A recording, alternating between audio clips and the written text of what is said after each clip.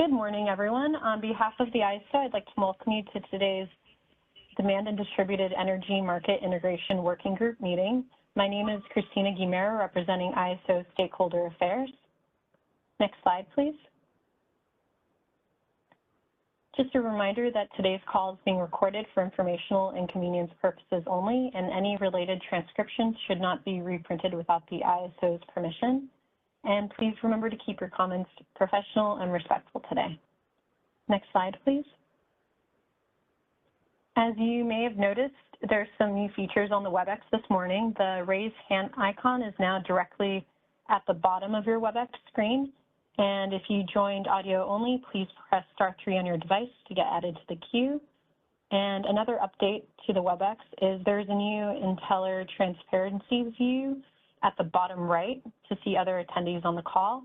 So be sure to refresh it prior to viewing.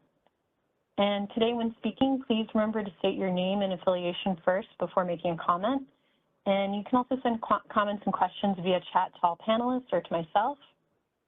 And if you need any technical assistance today during the meeting, please send a chat to the event producer at Inteller Events. Next slide, please. This is a visual representation of where we are in the stakeholder process. Here you can see we are at the beginning of the proposal development stage. Next slide, please. For today's agenda, it will include discussing working group progress and today's goals with Juan Buitrago, followed by a discussion on the previous problem statements, also by Juan and others on the team. Then we will hear about CAISO non-market demand response load forecast adjustment process from John Rudolph. Then we will pause for a short break before hearing about proxy demand resource overview by Ansel Lundberg. Afterwards, we'll have a series of stakeholder discussions, first regarding counting exports of behind-the-meter resources from LEAP, Renew Home, and California Efficiency Demand Management Council. Then we'll hear about PDR for being the meter storage from Sunrun, Tesla, and California Solar and Storage Association. Following this, we'll have a stakeholder discussion on draft problem statement formulation with Juan before we wrap up for the day with next steps. So with that, I will turn things over to Juan Buitrago, an account manager here at the ISO. Juan? All right, thank you, Christina. Oh, go ahead. I was just going to say, and if we could go to the next slide, please.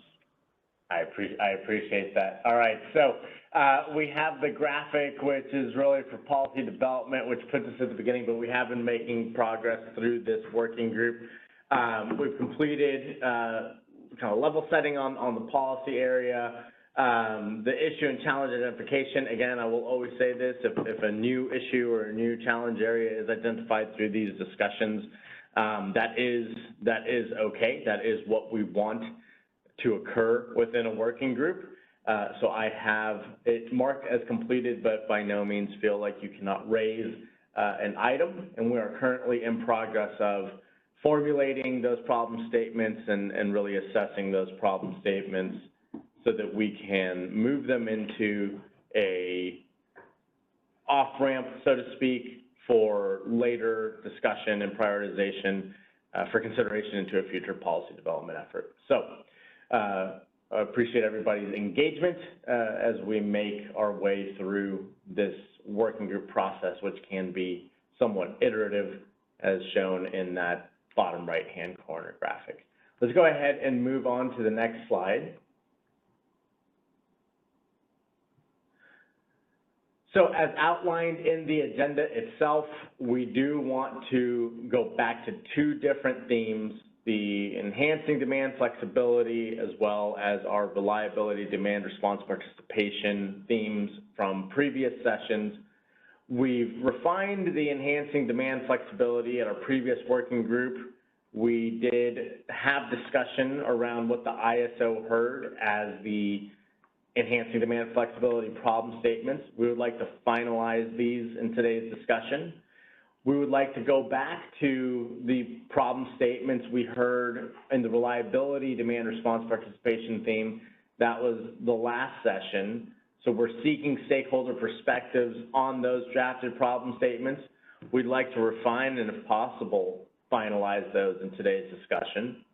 We're then going to have John Rudolph from our short-term forecasting team provide a high-level overview of the process, its usage, as well as some upcoming enhancements, because we heard one of the problems pretty clearly was the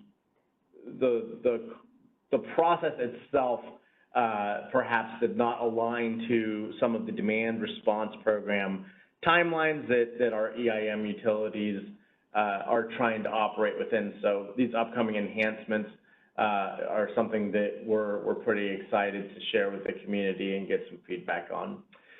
We'll then take that break, and we're moving on to our economic demand response participation theme. So we do have quite a bit of stakeholder presentation. I think once we move to economic demand response, we will have a brief level set from Ansel Lundberg, who's joining here in the room, and then we'll be turning it over to our stakeholders to really start this conversation off.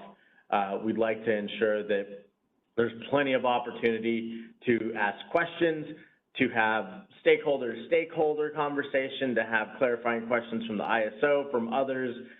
We will spend the last bit of time that we have here ensuring that the ISO has some clarity on the discussion that we heard, such that at the next working group session, we can come back to this community with our draft problem statements for economic DR participation. Let's go ahead and move on to the next slide, please.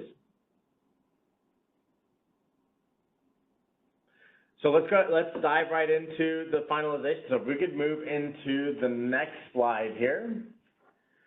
So one of the problem statements that we heard, and this was based off of the presentation from the California Department of Water Resources, was around participating load modifications.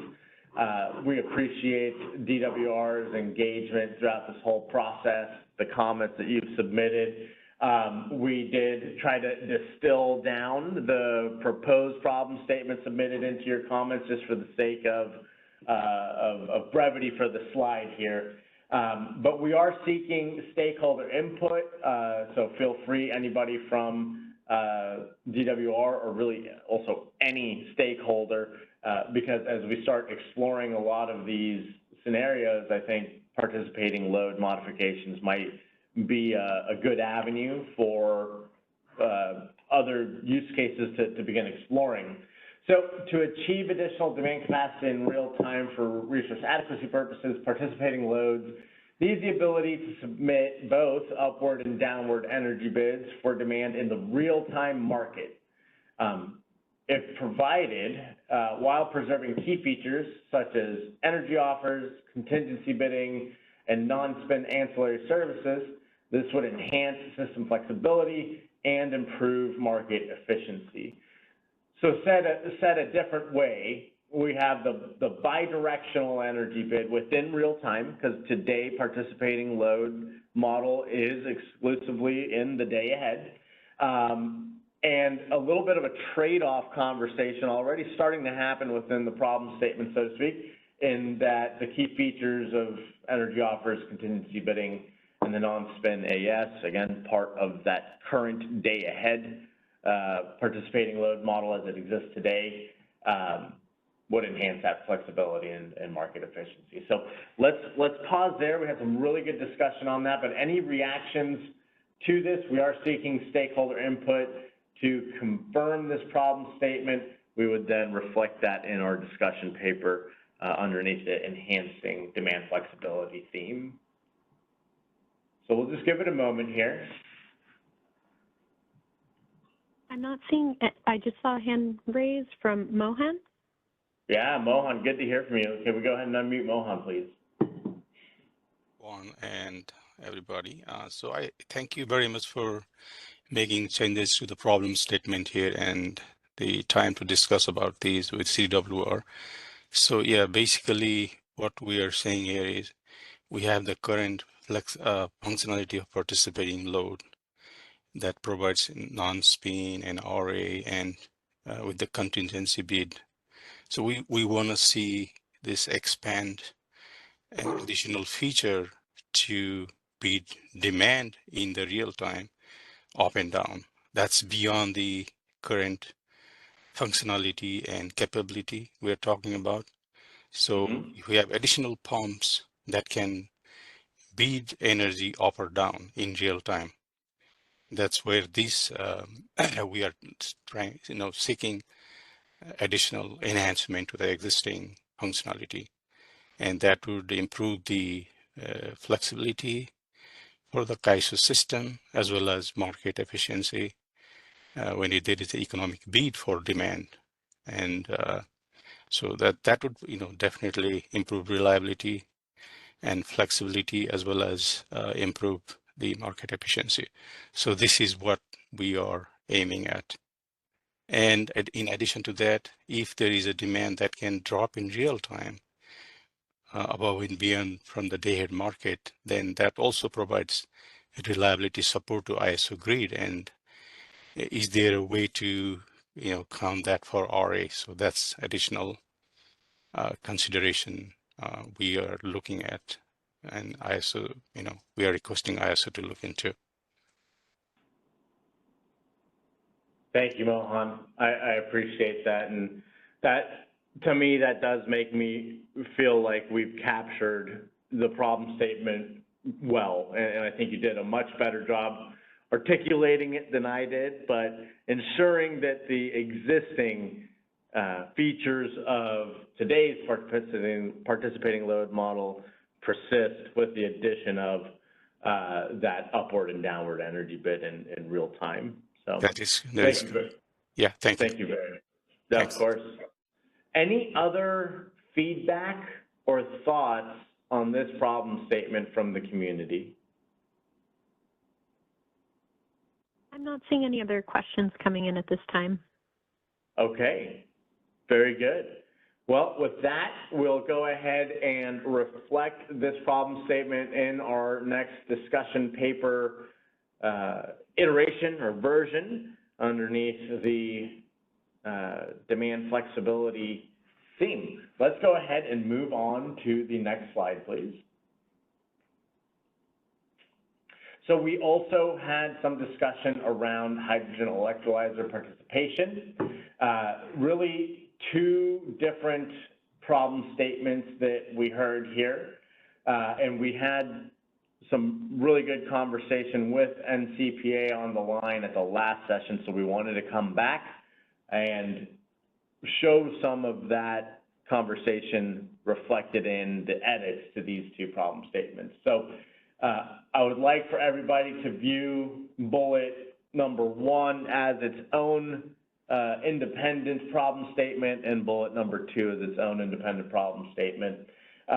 Each one is, in essence, a different application. So for a load only, meaning just a series of electrolyzers interconnecting purely as load, there's no storage or kind of a hybrid setup with any other generation. The problem statement is that current CAISO market participation models may not best account for the unique components of certain large loads that can operate in a bidirectional fashion. So this would be just electrolyzers as a load only. Then we had a bit of conversation around storage. And so certain new technologies which produce and store fuel for later use do not fit well within current energy storage models. And I think here is where the ISO has some questions or seeks some clarity. I think it's something that we could definitely finalize a problem statement on, but some considerations to keep in mind as we move forward and kind of further vetting that. And it's really, what are some of the areas within the current energy storage models that are not fitting well? Is it the transition times? Is it the fact you do not have a seamless load to generation transition? Would it be the need for multiple ramp rates throughout that operating range? And then is the current definition of energy storage and tax treatment something that also needs to be taken a look at. So I'm going to pause here. Again, we have problem statement 1 and 2, a load-only application, and then more of a storage application. And I would love to hear from the community if there are any other questions or additional feedback. We are seeking stakeholder input here to confirm these problem statements and reflect those in our next discussion paper. So let's give it a moment. We did receive a comment in the chat from Jonathan Young at SWC saying that he wanted to indicate that state water contractors agree with the problem statement and agree with comments made by Mohan. Jonathan, I appreciate you sharing that. Definitely noted, and that is precisely what we're seeking is that stakeholder input to confirm. So thank you very much. Christina, do we have any hands or anything in the chat as it relates to these 2 draft problem statements we have on the screen right now? I'm not seeing any other hands or any questions coming in at this time. Okay, very good. All right, well then with that, let's go ahead and move on to the next slide. So we also heard from the EIM community on the inclusion of their demand response programs into base schedules. We had it broken up into a couple of supply side problem statements as well as the demand side problem statements. So right now, the supply side problem statements, economic signals for PDR may not align with temperature-dependent DR capacity. We had quite a bit of conversation on this. Thank you to the Portland General team for highlighting the dynamic where sometimes the price signal may not be aligning with the current regional temperature that will allow for a large demand response drop or a demand response drop that, let's call it, correlates with that price signal. So I think that's definitely something for us to take a look at. We also heard very clearly 2 other things when we talked about these problem statements. Number 1, to ensure that the EIM community was able to take a look at the PDR model because there was a participating model desire. So we can use that to move forward in exploring changes for a participating option. But then also the DR inclusion in the base schedules would be somewhat the non-participating option. We do have the demand side option problem statement here reflected, which is for those non-participating demand response and the load forecast adjustment. So the current manual load forecast adjustment process is cumbersome and does not align with demand response program timelines. We will be able to hear a bit more on that from our own John Rudolph on the process and some upcoming enhancements. So excited to get there. Before we move on, though, let's open it up for discussion. I want to make sure that we have stakeholder alignment on a participating and non-participating demand response model for the EIM.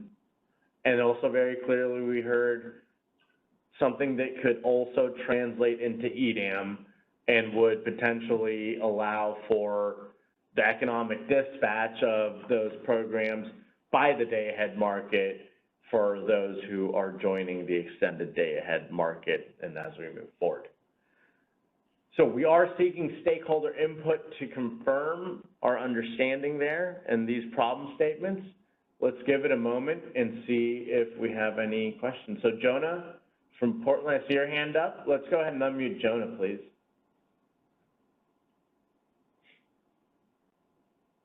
Jonah Cabral here from Portland General Electric.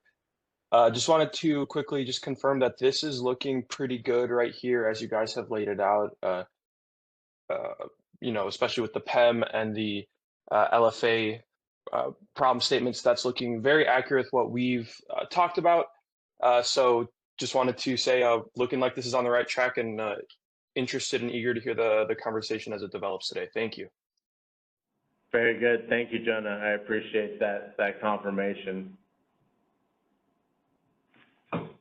Let's see. We have Nadia. So Nadia, let's go ahead and unmute Nadia, please.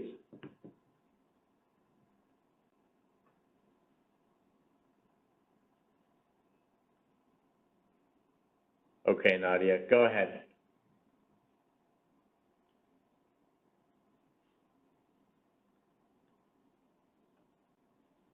Nadia, you might be double muted.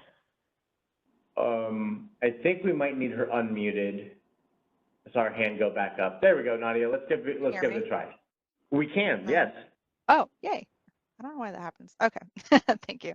Yeah, Nadia Cairns with Pacific Core. I just wanted to say these are reflective of the conversations we've had. I also appreciate the call out to EDAM and how we can get our supply side participation within for demand response within the day ahead market as well. So just wanted to give a call out there. I appreciate that, Nadia. And, you know, I think one of the things is we talked about it as a carryover or kind of continuation of the DR inclusion in the base schedules, but I think what you'll see in the discussion paper itself is that day ahead, that ability for those programs to be dispatched in day ahead, perhaps reflected as its own problem statement within the discussion paper. So, no. Yeah, and I would agree with that. I think we could go into another layer there to see if there's economic participation in addition to the base schedule participation as well. Very good. Thank you very much for your feedback, Nadia. Really appreciate that. Christina, do we have anybody else right now? I'm not seeing any other questions coming in at this time. Okay. We did just receive something in the chat from Helen Lowe at SMUD. She said, this looks similar to the version from the last meeting. I would make the same comments as the last meeting. Hi, Helen. No, I appreciate that. I think it's, I think you are correct, and hopefully what I'm characterizing is the conversation we had, thinking back on it specifically with you and with John Kitchen from Portland General, to the optionality, right? I think that's what we're trying to also codify, and this is a good feedback. Maybe we can do a better job in the discussion paper, and again, the discussion paper will be available for comment, so you guys can make sure that we are capturing the intent.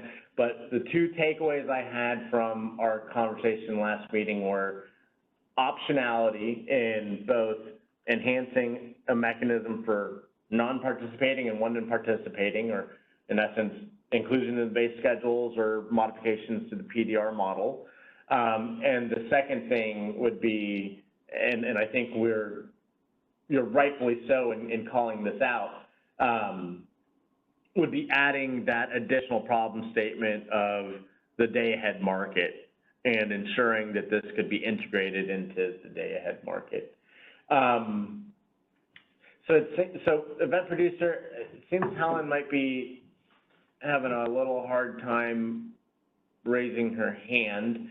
Helen, I believe it's on the bottom of the screen. Is there any way that we might be able to unmute Helen, Stacy?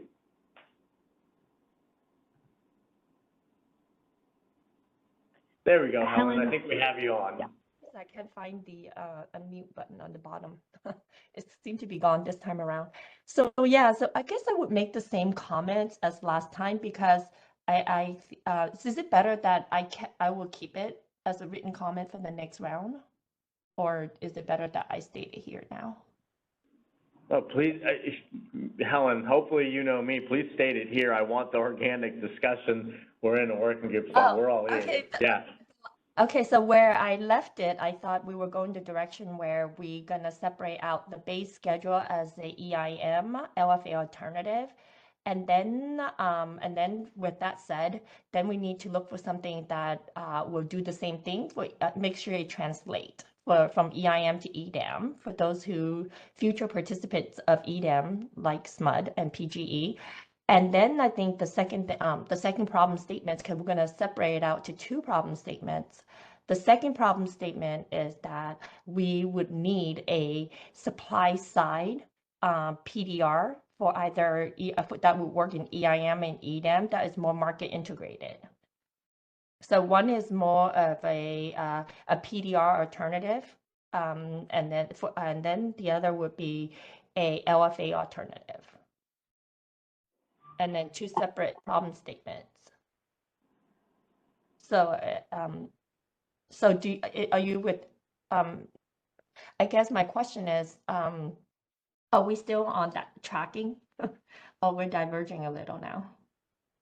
No, this is a good discussion. I believe that we're definitely tracking there, in particular with understanding that that's what I was referencing with the optionality, right? So the base schedule, LFA, non-participating, right?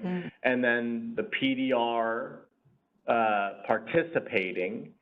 The base schedule inherently is an EIM construct, so it would capture the EIM entities, and then ensuring that we also had the ability to reflect these within, not just reflect, but integrate rather, within the day-ahead market for those who are joining EDAM, being the other. So I think we're on the same page, Helen, but your feedback on how it's presented here is well noted. I believe that when you see our discussion paper, you'll see that we are in fact in line with those optionalities, EIM and EDAM, real time and day ahead, right? And then also participating and non-participating. So but they can yeah, let me know if that addresses your question.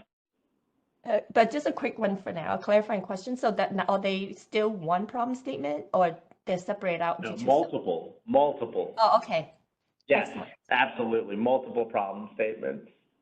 Excellent. I think, and we've done that throughout, and hopefully people can understand.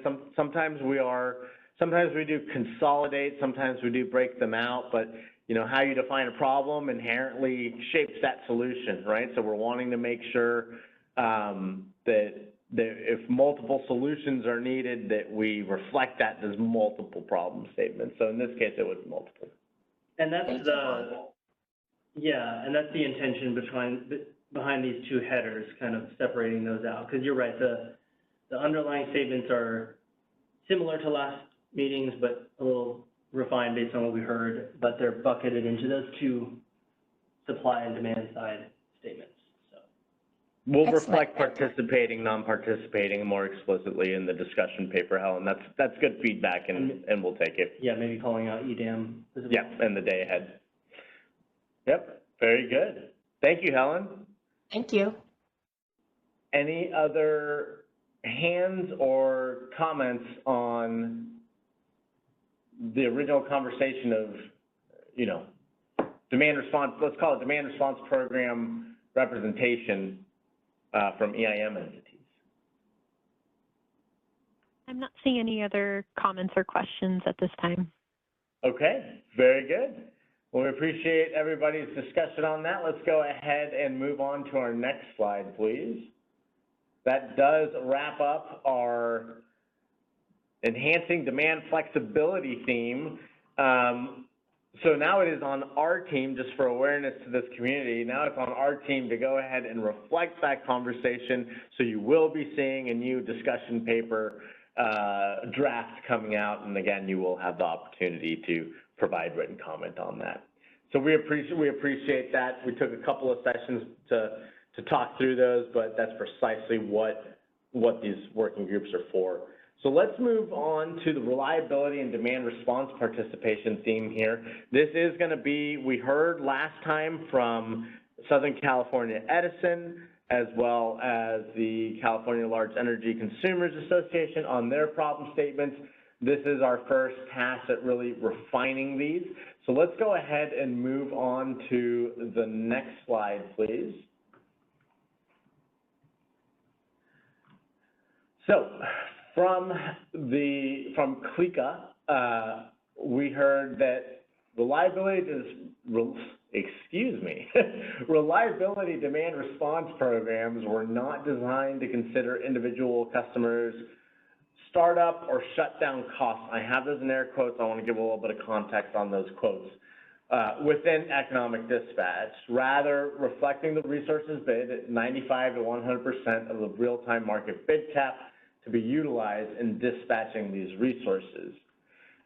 The reason I put startup and shutdown costs in air quotes is it was very clearly articulated in the CLICA presentation that a lot of this cost that is being referred to here, for lack of a better term, is kind of re-startup cost post an industrial process shutting down what is necessary in order to get back to the level of them being able to carry on or produce that industrial process. So I didn't want it to just read as startup costs because that definitely has a connotation within the ISO. So that is why those are in quotes. It's more for that additional context is being meant rather than a direct quotation from, say, a tariff definition or something like that. Wanted to make sure that that point was clarified. We also heard a separate problem statement that the current minimum on-time range may not accurately reflect an RDRR's operational characteristics within the real-time market optimization horizon dispatch consideration. This is to say that the minimum on time, and Jill, I'm going to look to you. Please feel free to add in. We did have a really good discussion at the last. Working group meeting around the fact that minimum on time is very much considered within the market optimization and the economic decision making. What this is there is a cap. The top end of the range of that minimum on time may not accurately reflect that RDRR's operational characteristic. And it was a little bit of wordsmithing there. It could be, correct, Ansel, it could be longer. A little bit of wordsmithing. I didn't want to say the maximum minimum on time, but in essence, we are talking about the maximum minimum on time. So that minimum on time on the top end could be longer to accurately reflect RDRR's operational characteristics. So let's pause here and make sure that we have an opportunity for some feedback on these reliability, demand response, participation problem statements.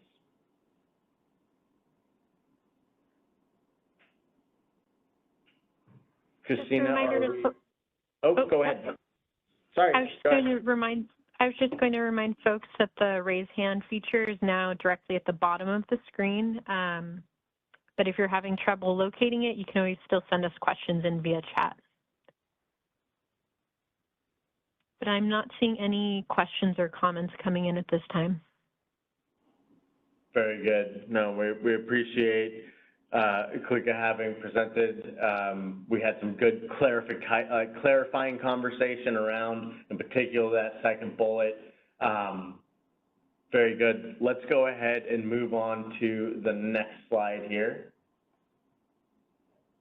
So this is not a problem statement. I just wanted to give a little bit of context prior to moving on to the discrete dispatch limit of 100 megawatts, because I will admit it took me a little bit to fully wrap my mind around what the problem statement might be trying to address here. So the CAISO, the problem statement was submitted in the catalog for the ability to remove that limitation of the discrete dispatch over 100 megawatts. The CAISO does provide exceptions to that 100 megawatt limit. But the criteria, which you see in gray font below, that's directly from our language, is unrealistic to meet. And in essence, it's the aggregation of these resources into something larger than 100 megawatts. You have A, located at a single site, B, cannot safely or operationally be split into multiple loads, and C, does not have the ability to operate under the marginal real-time dispatch operation. Looking at this language, the and in between B and C does make this a very, an incredibly difficult criteria to satisfy.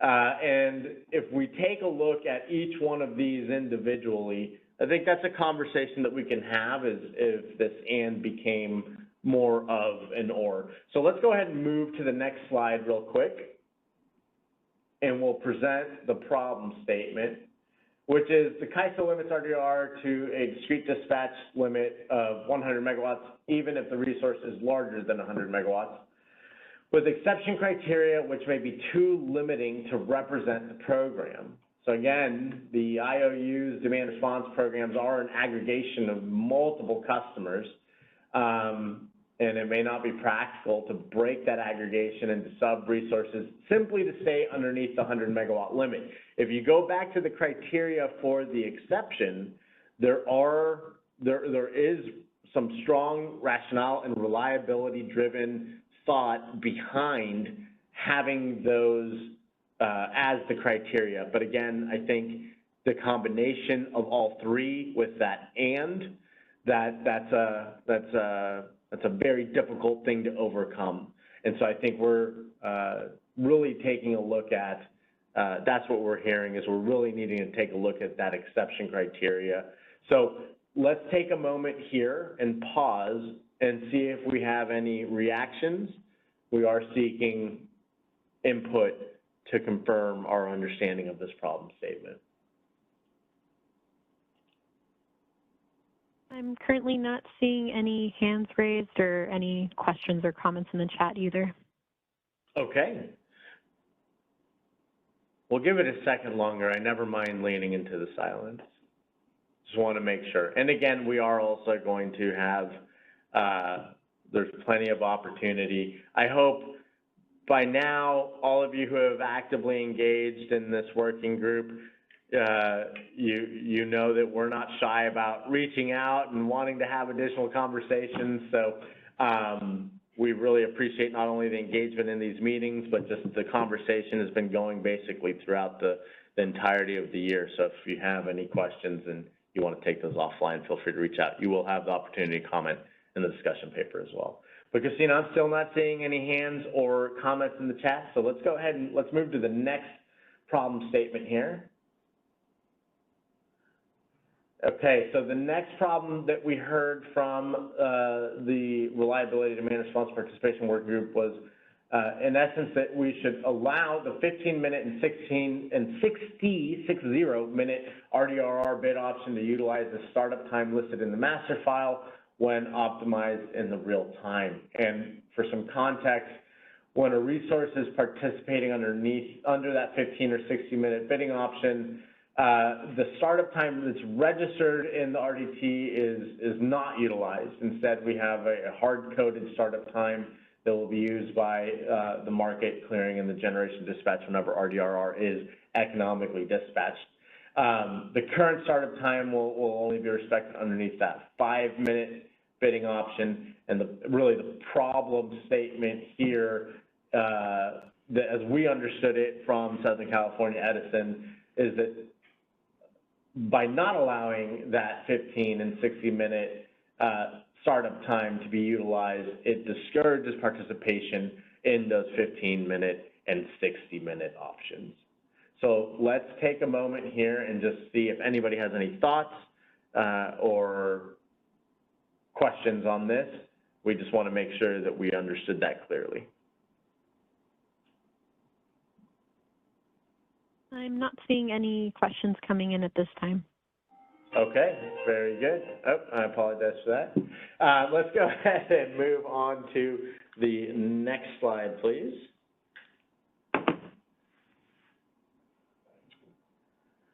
So the final piece here was that the SCOOT reliability demand response resources, or RDRR, should be allowed to derate or re-rate across the entire range of their PMIN or their PMAX. This is one area where I believe we have some additional questions, and I think additional conversation would be very good for us to have. One of the key clarifications to make here from the conversation we had at the last session was when an RDRR is dispatched, in essence, by the utility, then the remaining quantity of RDR megawatts available to the market, there's a desire to be able to derate or re-rate that. So I think that was a real key clarifier, even for myself personally. Again, these are utility programs, so if a portion of it is dispatched by the utility, how to appropriately reflect that. I think we have, in essence, several other mechanisms kind of preemptively or via outage that could meet the same end. And so we would like to hear from the community kind of understanding a little bit more, what is it about those current mechanisms that is not working, and that may also be a very viable area for us to explore potential enhancements. So understanding how the current bid option and outage option are not fulfilling the need to represent that available quantity. So this one is one that we definitely want to hear on. So let's pause here. I'm very curious to hear if anybody has any thoughts to share on that. I'm not seeing any hands raised at this moment. Just a reminder, folks, if you're having trouble raising your hand, you can always send us a chat. We did just receive a hand raised from John Dieppe. Yeah. Go ahead, John. John, appreciate it. Let's go ahead and unmute John. Go ahead, sir. Hello? We can hear you.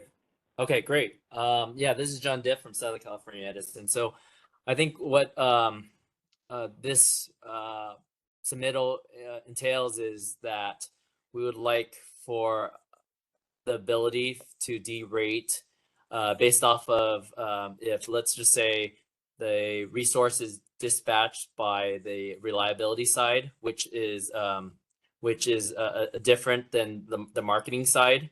We would like for it to be derated, the ability to derate.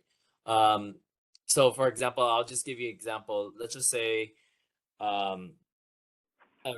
their resource ID 1 is worth 50 megawatts, but they're being utilized by the reliability side to mitigate, let's say, a transmission issue. We would not want the entire resource ID 1 to be outaged out. Currently, that's what's happening now. We would want the ability to actually the ability to derate resource 1 lower due to that one transmission issue, right? So that's kind of the background of this entire submittal. Taking any questions? Yeah, thanks, John. This is Ansel. That's very helpful. I guess my specific question would be like, how could we, on a generic-based sort of level, use the word outage in this problem statement? Because I think I remember last meeting you mentioned something about the outage process.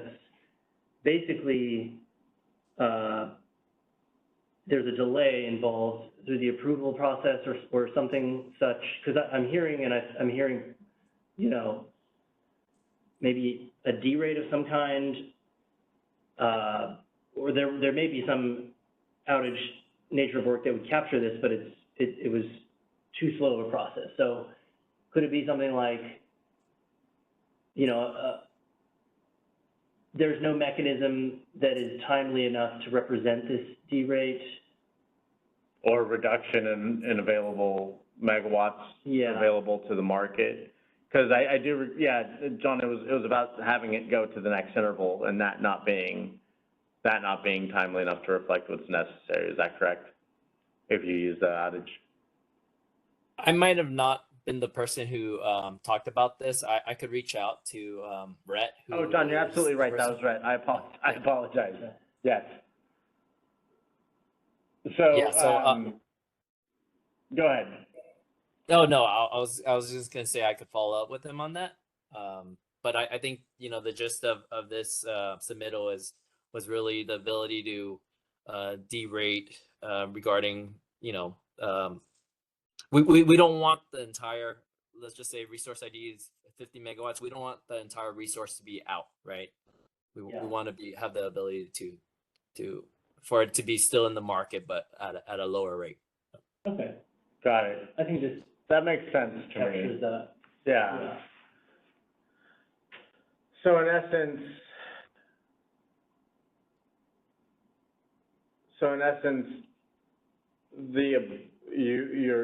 okay, I got you. You want to be able to update the megawatts available depending on the current scenario. I think that,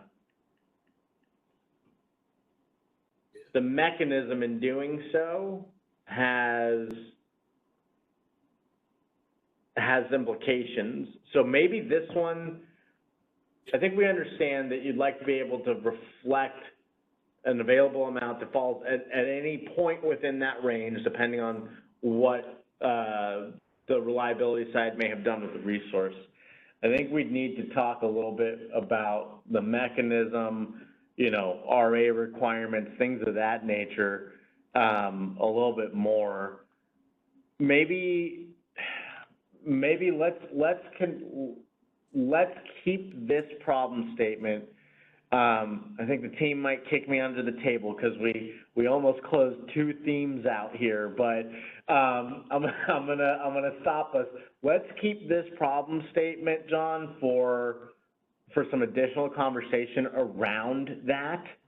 And we can bring it back at the next working group meeting, if that sounds okay with you, and I'd love to connect offline and maybe get a better understanding. How does that sound? Yeah, sounds good. Regarding your statement about closing two themes, can you elaborate a little bit more on that?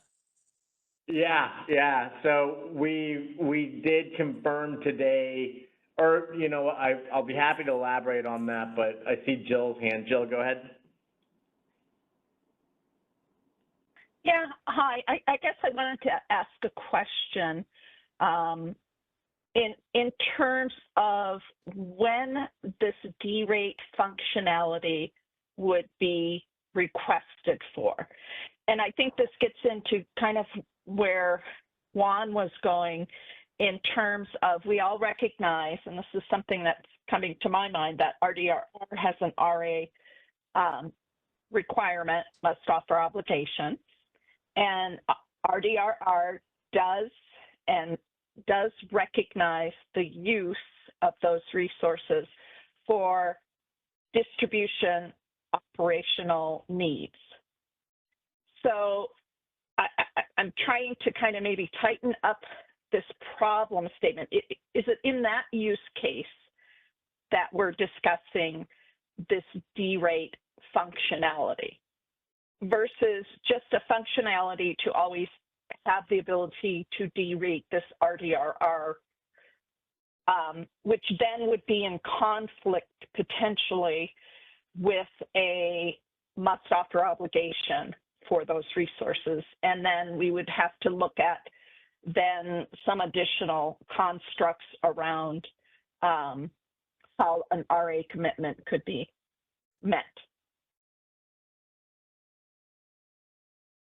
Got it. Yeah, I'm not too sure what the implications are regarding RA. I think this was more of an operational request to basically better represent the resource, right? So, you know, when it's utilized by reliability for the reliability side, the megawatts is more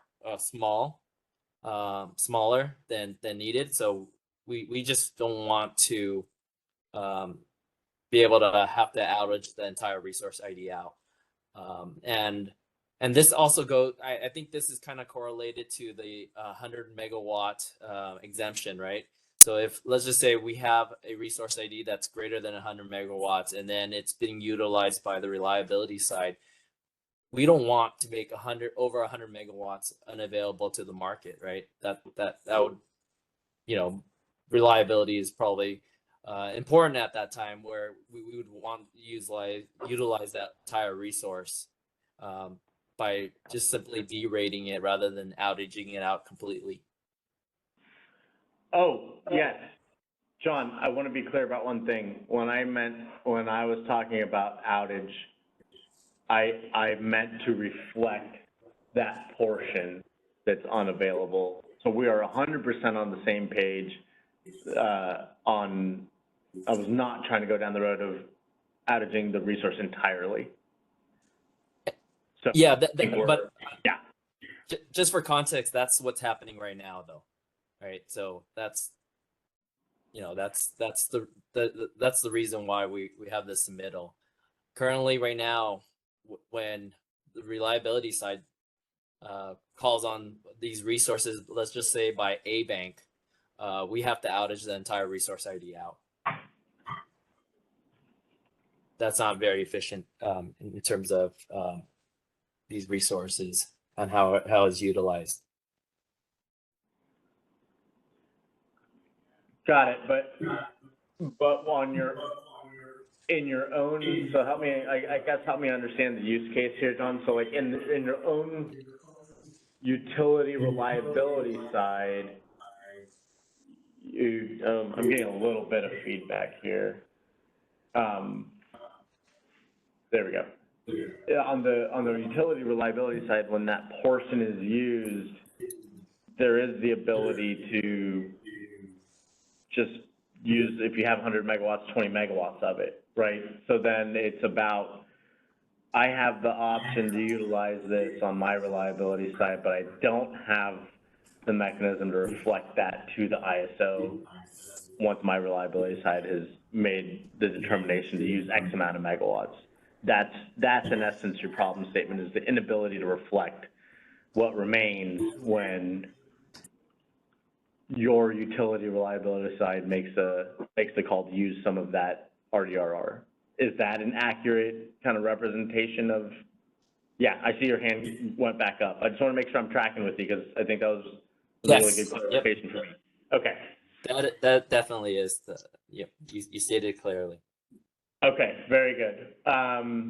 Okay, well then in that case, John, I think we definitely have some refining on this language, but I do feel like I have a clear understanding, and I think we can definitely convey that and represent that appropriately in our next discussion paper, especially with that confirmation. So I really appreciate you raising your hand and having this conversation with us here.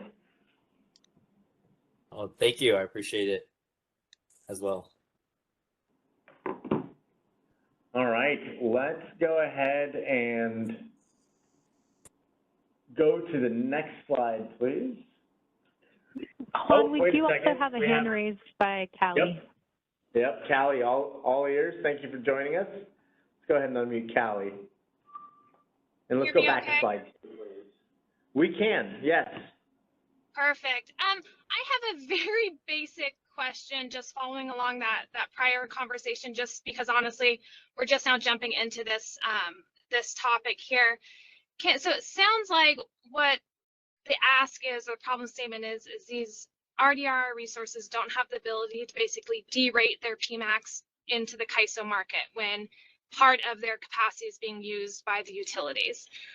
So assuming I understood that problem statement accurately, it sounds like is this an OMS functionality that doesn't exist for those resource types?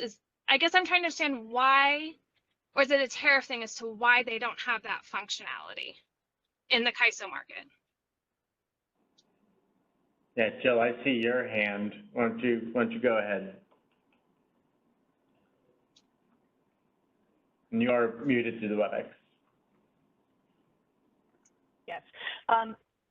Currently, all demand response resources do not have the ability to derate their resources. It's either in the markets or out of the market. Those were policy decisions in the demand response policy development. And this is affected, and that's why I keep kind of trying to dig into this, as it doesn't, you know, as it relates to RDRR, there are provisions in the policy to allow for RDRR usage by the distribution companies or by the utilities for their own distribution emergency needs. So I'm trying to really tease out, are we just asking it for that? Or is this a bigger representation of just demand response, and that would be both for RDRR as well as PDR, to allow for some reflection of derates of their capabilities? Now, I think in the discussion it talked about outages, almost as if there's some type of something's happening on the distribution side such that these resources don't have the same capacity available. And that would be a different problem statement than I think that we've been kind of generalizing here, because that would not just be reflective of RDRR, that would also be reflective of PDR. And as mentioned, it does kind of get into, then we would have to look at the RA implications in terms of a must offer obligation. If there's, and then we kind of get into another, is there some need to start having a more timely, in real time transmission distribution coordination to effectuate, you know, distribution limitations that affect these type of resources. So that's kind of where I'm starting to try and understand the actual use case.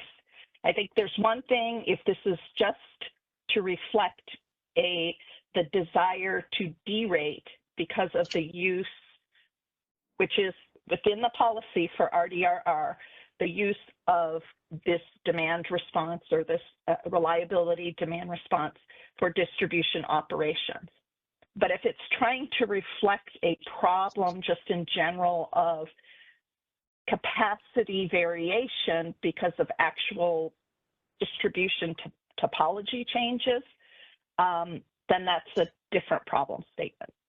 Hopefully that helps, but you know, to baseline everybody, both any of the demand response currently, the policy reflects they're either in, you know, fully available or not available. There is no mechanism to derate. And the bids are really to represent like the capabilities of these based on, let's say, you know, variations in weather. So that should be reflective in the bids versus in a derating mechanism. Gotcha. No, that was extremely helpful, and I apologize if that background was provided in prior conversations that I didn't join in on. Okay, I think it makes sense. I'll have to think through how you would split that out into the two problem statements, but my initial reaction is if these resources don't have the ability to reflect reduced capability into the market, I think that's something that we should explore. And in regard to the RA implications, obviously there's stuff already in place, structures already in place for the other resource types. You know, when a thermal resource that's RA has to derate their PMAX because they're not available, there's structures in place already for those. So we could probably explore if that would be applicable. But I really appreciate the background. I now understand more why it's a problem statement. They're either all in or all out. And yeah, I think if we want to make sure that we have access to the most reliability demand response resources in the market that are actually available, yeah, I think seeing how we could reflect that as a D rate might make sense. Okay, I appreciate it. Thank you, Jill.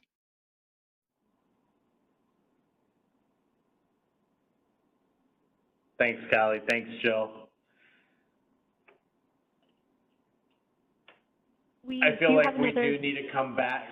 Oh, go ahead. Oh, go ahead, Juan. I just saw another hand raised, but you go ahead first. Oh, no, I appreciate that. I see it's, yeah, Amy, let's go ahead and go to Amy. Let's unmute her. Amy, would love to hear from you. I'd love to hear your thoughts on, I think I understood John to the availability. Jill brought up that secondary problem statement, so please go ahead. Thank you. Yeah, and if it's not appropriate for this discussion, happy to either make this a separate issue statement or take it offline, but I just want to better understand. So I'm Amy Wong from SE. I'm actually on the demand response program side, not on the market bidding function side that John's works in. And so if I understand Jill's comment correctly, so this issue, I guess the D rating is more of an availability question rather than an RA or functionality question, which I think Jill was getting to. And so is there, I guess I just, does the must offer obligation state that demand response resources have to be bid in at their RA value all the time? And if so, does that mean that these resources cannot be used for local distribution emergencies, as our tariffs, these retail tariffs allow them to be used for? Okay, couple questions there. These resources, RDRRs, can bid in to that second bullet point, to the second subpoint. They have the ability to bid in what their capabilities are. So that's kind of how they're reflecting the variability, the just natural variability of these type of resources if they have some weather sensitivities. And that's the case for other resources, other demand response resources. RDRRs have the special provision that they can be utilized by utilities for distribution operations reliability needs. And so the policy recognizes that. Again, one of the methods that it could be represented within the markets is the bids. And so you could reflect that in the bid. Remember, RDRRs, they're credited, they have a QC value, they can reflect within their bids, their capabilities. If, however, there's a need to reflect it, I think, we talked a little bit about this in the last working group, in a more timely manner, like the outage. We had some discussion about the fact that the outage may reflect it earlier than when they could get it in for bids. That's what we're trying to really pinpoint. Is this really about reflecting it within the outage system because there's a timing necessity to do so, and reflecting that D rate there, and then potentially later just reflecting it within the bids. Okay. I think that's what. Yeah, I think that. I mean, it can be represented in the bids. It has that ability to.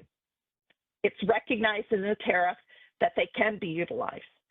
So there's an understanding that there may be periods of time where there is not as much capacity available because it's being utilized for utility operations. I also And- just want to add one additional caveat. I know you mentioned like we can change obviously the megawatts for the weather sensitive resources, but you know, if you remember in 2022 when we had that 10-day heat wave, there was an ask by the governor's office or whoever for utilities to reach out to our customers, our larger customers, even those that are on our RDRR programs, to just like shut down their operations, right, during that time because there was just really concern about capacity. And so that is not a weather functional, like a weather sensitive change to megawatts, and that's not a change to megawatts due to local reliability purposes, but we ask customers, our large commercial industrial customers, to, you know, either change their operations or not operate during that period of time. And we, you know, should have or needed to change the available megawatts to adjust for that, right? With the actual resource, you know, what the availability of the resources in the market. And I want to remember, like, it was very difficult for us to do that. So, I mean, I'm crossing my fingers we never have a 10-day heat wave like we did in 2022, but that also is a scenario where resource RDRRs would need to be partially derated. Yeah, I'm trying to understand that. I recognize there was a call out for additional megawatts, but that would have been after the resources were actually dispatched, I'm assuming, unless there were cases where that wasn't the case. And if the resource is dispatched within the markets, its operational capabilities in terms of its run times, minimum, you know, maximum run times, as well as down times, would be recognized, and still, still the bidding it would continue, but the actual capability and the availability of those resources would be recognized based on the parameters that are within the master file. So I'm not clear on that particular use case, but if there's a need to take it out of the markets, there is always the capability to put in an outage, but it would be a full outage. What we're talking about here is a partial outage. Right. And and that's where I'm not quite sure that demonstrates the need for a partial outage, because that to me would demonstrate, okay, those resources are no longer available and could be on a full outage for a period of downtime when they're not even available in the markets anymore, even though they might have bids in the market. But we're just trying to tease out, you know, exactly the use cases that we're trying to resolve. And I don't think we want to just do a blanket derating. Maybe we do, but then we would have to consider that, because these use cases could exist for our economic demand response, and we'd have to kind of look at it a little bit broader than just on the RDRR, except for the one condition for RDRR where there's an exception for use of it for utility operations. And if that then does require a timely derating of that to be represented in the markets, then I think that's what we're trying to capture, if that's the case for RDRR. Okay. I think maybe we need to circle back with our market folks, but yeah, and either have a separate meeting or bring this up at the next DEMI working group. Yeah, Yeah. Amy, I just want to, or sorry, Jill, go ahead. Please go ahead. I think it's we're also internally trying to examine and understand exactly the issue. And if it's a broader issue that affects more than just the RDRR, I think we just want to make sure we're reflecting this as a problem statement that, would cross both the reliability as well as the economic demand response. So thank you, Jill. And Amy, if you could just stay off of mute for a second. This is definitely one that we're going to need to bring back. This is really good conversation. I heard two things. Number one, this original problem statement as proposed by SCE was to reflect a partial availability reduction to the ISO because of reliability use of the RDRR, which, as Jill and John and Amy mentioned, RDRR has the ability to do so within the respective tariffs. Amy, I want to make sure I'm understanding your question or your use case of the need to then also partially reflect availability. Are you saying that if I'm a 1,000 megawatt customer, my industrial processes use 1,000 megawatts, and in advance of a heat wave, I reduce my consumption to 700 megawatts, then should my resource be either economically or from a reliability perspective dispatched, my response would only be those 700 megawatts. So it's more about the fact that there would have been a need to reflect a lower available megawatt quantity. Am I following what your scenario was? Okay. Yeah. And I think there, yeah, okay, thank you. So that's a really good clarification. I think there is almost the weather functionality where you can bid, right? So I'd be really curious to dive into this a little bit more and see if in that use case that could have been reflected in the bids. That's not a question for right now, Amy. That's literally me thinking out loud, but we will commit to bringing this issue back to the next DDEMI meeting and taking a little bit of a deeper dive, and perhaps ISO we can provide some more context and background.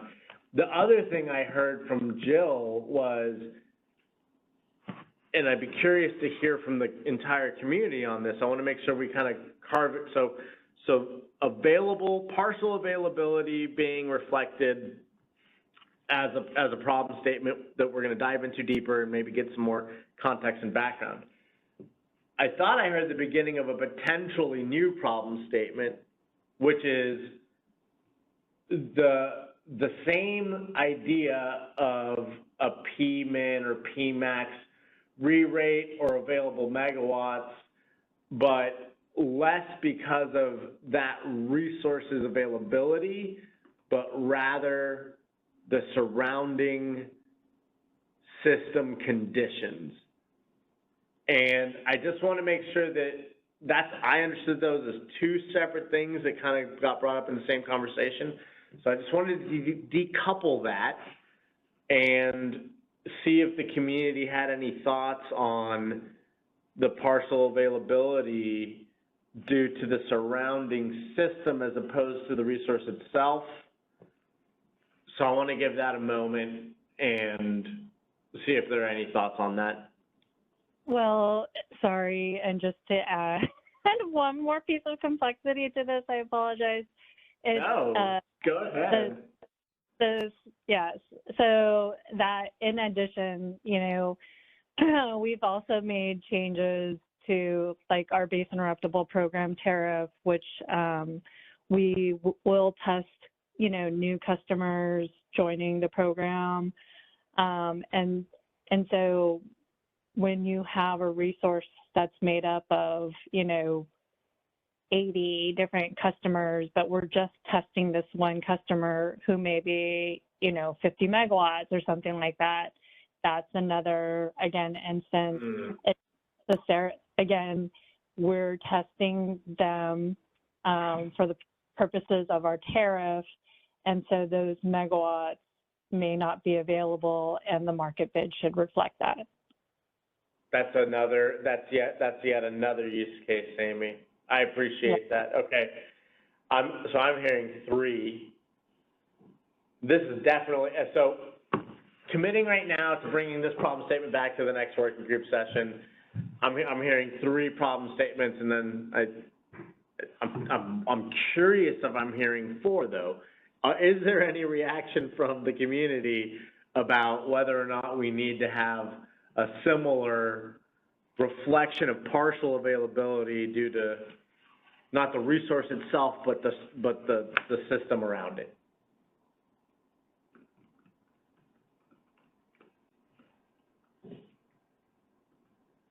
Okay, I'm not hearing anything. Thank you. That was a great discussion. Amy, John, I'm gonna be reaching out to you this afternoon. We are gonna be talking about this further. And I would love if perhaps you guys are able, I would love if you guys would be interested in kind of joining that conversation at the next working group meeting. Okay, very good. Let's go ahead and move to the next slide, please. And again, thank you everybody for all of that conversation. I'm going to go ahead and hand this off to John Rudolph. For those of you who joined earlier on in the call, we thought about having John sing some Rod Stewart, but I think I took all the time for that. So let's go ahead and give him the floor for CAISO non-market demand response load forecast adjustment process. Hi, everybody. So John Rudolph, I'm a senior advisor and forecast modeler on the short-term forecasting team. I help develop and maintain the short-term load forecasting models here at CAISO. And I'm also involved in the DEMI team here at CAISO, so you've probably heard me chime in on a few of the prior DEMI stakeholder calls, and then I'm also involved in some of the other DR and DER-related policy initiatives here at CAISO. Hi, John. John, I apologize. I wanted to interrupt before I let you get too much momentum here. It looks like we had an issue, and I want to make sure our stakeholders are able to kind of weigh in on this. Callie, I did not see your hand. I do see your chat. So John, I apologize. Event producer, could we unmute Callie Wells? I want to make sure if there's anything to add to the reliability DR discussion, we do that before we. Callie, am I unmuted? You are, Callie. Go ahead. Okay. No worries. I was wondering if my computer system wasn't working well. I honestly just wanted to chime in that last call you had for initial reactions. I think at a very, very high level, regardless of the use cases or what's causing a resource not to be fully available to the market, I think it's really important that what is actually available to the market is what's reflected in the market, whether that's through bids, but obviously bids are submitted 75 minutes prior to the actual operating hour. So things can happen between that time, and that might be where those outage and partial D rates come into play. But I think there's lots of different reasons why a resource might not be fully available, but I think at a principled level, we need to make sure that what's actually available is what's reflected in the market and not overstated or understated. But that was all. That was just my initial reaction. Didn't mean to delay that. No. And I apologize for the technical difficulties. I'm glad that you threw that into the chat, Callie, and appreciated. I appreciate those comments, and that's definitely what we're driving to the heart of in that conversation, it sounds like. And so I'm excited to pick that back up at the next working group. So thank you very much. And again, apologies for not having seen that hand. John, please go ahead, sir. Sure. I won't fully restart my introduction, so I'll kind of just pick up where I left off. But the CAISO non-market demand response load forecast adjustment process, I think it's been referenced in some of the prior DEMI meetings. One of the problem statements that we just went through is directed towards this process. So I'm happy to have the opportunity to talk to this group about how the current process works in more detail, and also provide an update on automation enhancements to the process that are underway. And then, as Juan said, I'm not purposely doing a Rod Stewart impression today, but I am recovering from a cold, and so my voice has not been fully cooperative with me. So I'll apologize in advance. Okay, next slide, please. So starting off, so how frequent are WEM non-market demand response events actually called? So this table has some helpful statistics for 2024 and 2023. It shows 8 different WEM entities that we received demand response notifications for. We have kept the entities themselves anonymous, but we have indicated which WEM region they're in, whether it's Desert Southwest, Central, non-CAISO California, Pacific Northwest. So in 2024, we had 83 different DR event notifications. That was up from 59 in 2023. So saw an increase in 2024 versus 2023. In 2024, we included 43 of those events into the load forecast via the demand response load forecast adjustment process. That was up from only 8 inclusions in 2023. And the reason why we were able to include a higher percentage in 2024 is because we rolled out a model enhancement that allowed for more automated inclusion into the load forecast. We call that enhancement is called the LMDR feature, load modifying demand response. We've spoken about it at some of the WEM quarterly forecast forums. And so, yeah, rolling out that new functionality really helped and enable us and better utilize the demand response load forecast adjustment process in 2024. Next slide, please. So this is really to give an overview of how the current non-market DR process works for the load forecast adjustment. There are 2 BPMs that reference this. There's the EIM BPM and then the demand response BPM. The demand response BPM includes more detail, and it also includes this helpful flow chart, which I've included on this slide. I've condensed the flow chart into 5 steps, which you know I'll walk through, but these have been discussed at some of the other DDEMI calls. But the way the current process works is that a WEM entity will notify the CAISO short-term forecasting team of a DR event via email.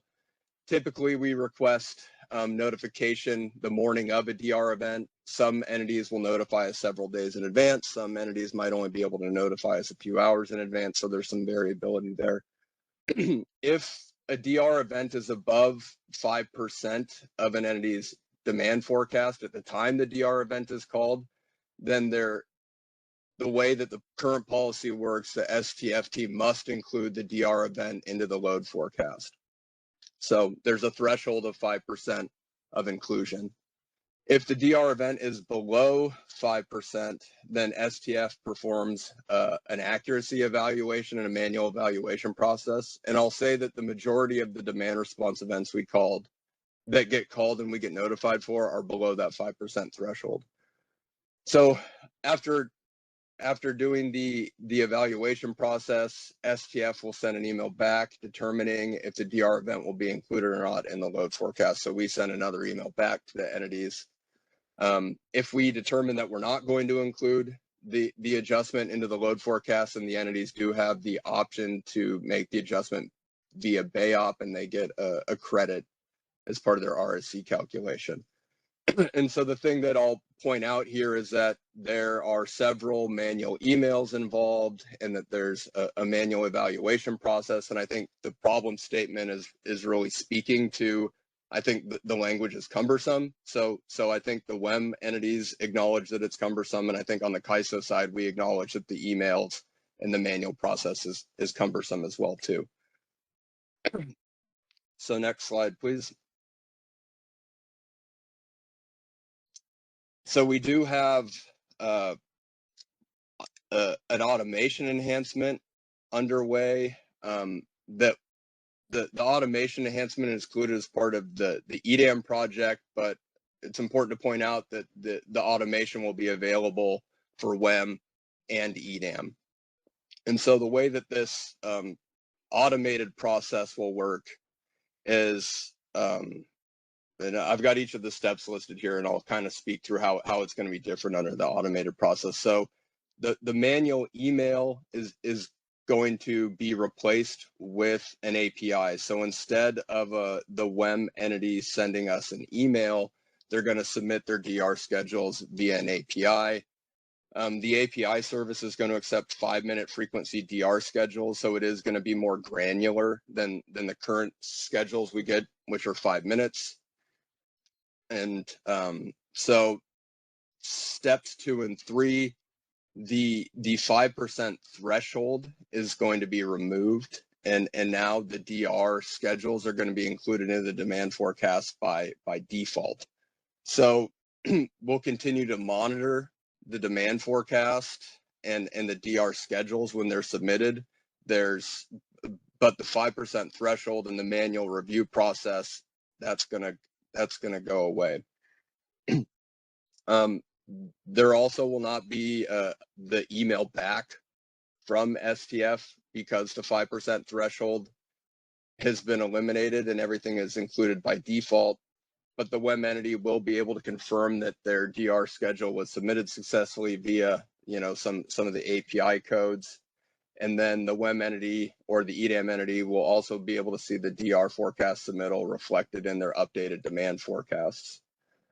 Along with this, there'll be more automated alerting and storage for CAISO, STF, and RTMO. And there's also the potential to develop some enhanced external reporting as well, too.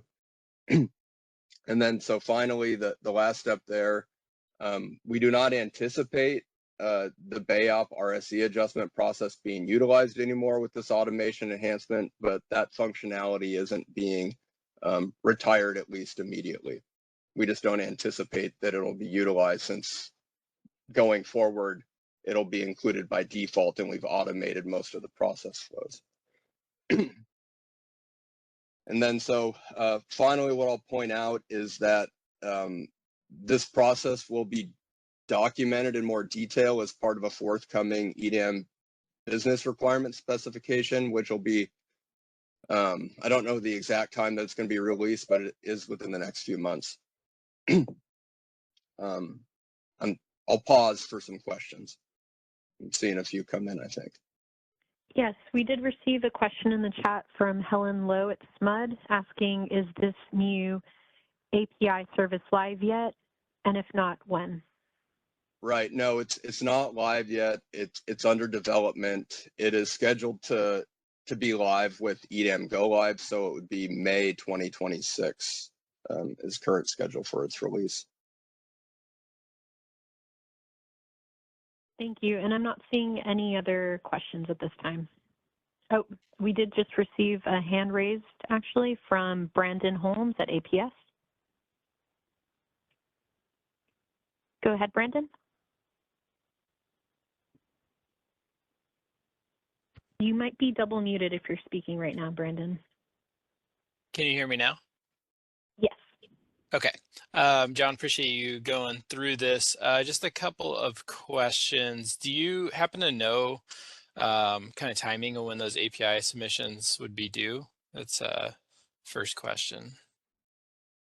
Yeah, so for WEM, there isn't really any restrictions on when you can do the submittal, but I think a lot of the timing is based on when you would want it reflected in some of your RSE forecasts. So you would still ideally have it submitted if you were calling DR later in the afternoon or later in the evening. You would still want those submittals in morning of current day.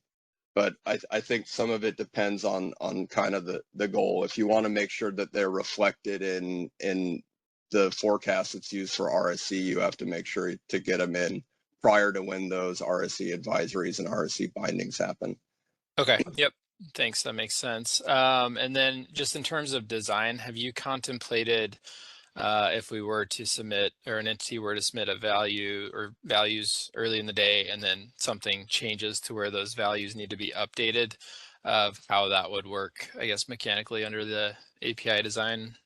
Yeah, the way the API is being designed is that you would just resubmit via the API, and that would trigger some notifications, some automated notifications to us that the values had changed, but it would all flow through the forecast automatically. And we would just essentially go in and verify that we saw the update, hit else. Okay, sounds good. And then the only other thing that I would maybe a request if we were to talk about this in the future at all is in terms of the RSC credit or the impact of this process on the RSC, I think it would be helpful, at least for me, to kind of walk through an example of, you're submitting the DR event and trace that through to the different components of the RSC to see kind of the impact there. I think that would help me out. But yeah, just a request there.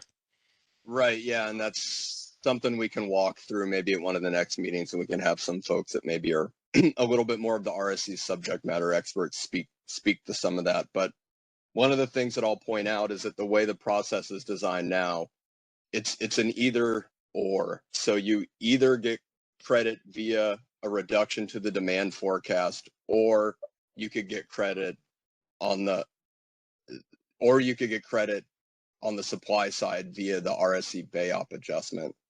And so the important thing to point out is you can't get credit in both places, because then it's a double counting issue. And so the intent of this process is you're reflecting the DR by reducing the demand forecast, which feeds into the RSC, which lowers your resource obligations for the tests. Got it. Okay, cool. Thank you very much, John.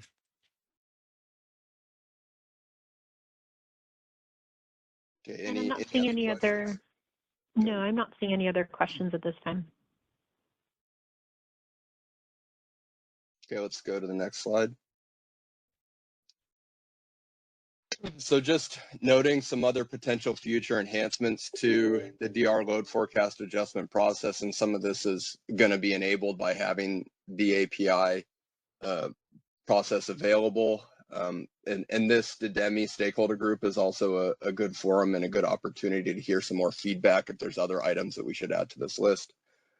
So one of the other items that's been discussed is automated submittals of ex post actuals. So this would be based off of WEM entities' internal performance evaluations. What we get now is currently a schedule, but then entities will often perform their own performance evaluation. Sometimes it may not occur for a month or two after the fact, but allowing automation of those ex post actuals is something that's also on our radar for automation. We have likely some new external non-market DR reporting tools that'll be made available by having automated storage of this information, whether it be OASIS or CMRI style reports. That's something that is also on the radar. Another item that's also been brought up is potentially more detailed program level DR submittals via the API. So rather than rolling everything up into just one line item, potentially the availability to break it out by different types of DR programs, if that could be helpful. And then finally, potentially submittals from either DIR aggregators or scheduling coordinators within a WEM-BA. So right now, the way that the API is designed, it's just at a BA level. So recognizing that you could potentially allow for more detailed scheduling coordinator or DIR aggregator level submittals at some point in the future. Okay, let's go to the next slide.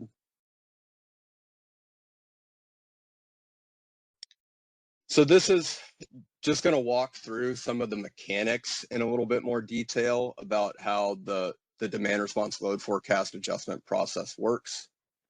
So if the load models do not receive an external signal for a DR event, they're not going to accurately be able to predict what's going to happen.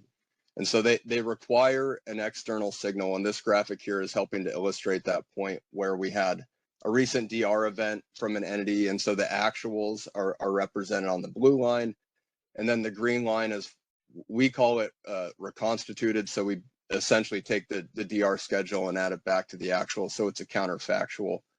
It's a counterfactual number, but we refer to it as reconstituted. And the green line kind of gives you an indication of if the model doesn't get an external DR signal, it's kind of going to expect something like the green line occurring, and then if you actually call it, if a DR event's actually called, something like blue actually happens. And so that's why it's important that we receive the DR schedules, because there's no other way for the models to really account for it otherwise.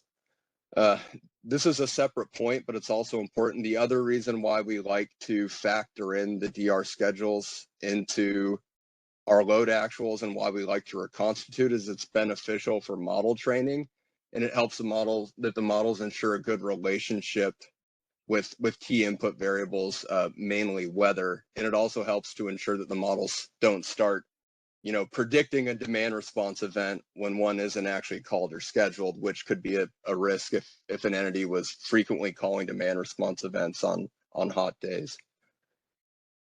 And then so finally, the last point that's sort of made at the bottom in that call out is that when you incorporate the DR schedule into a demand forecast, it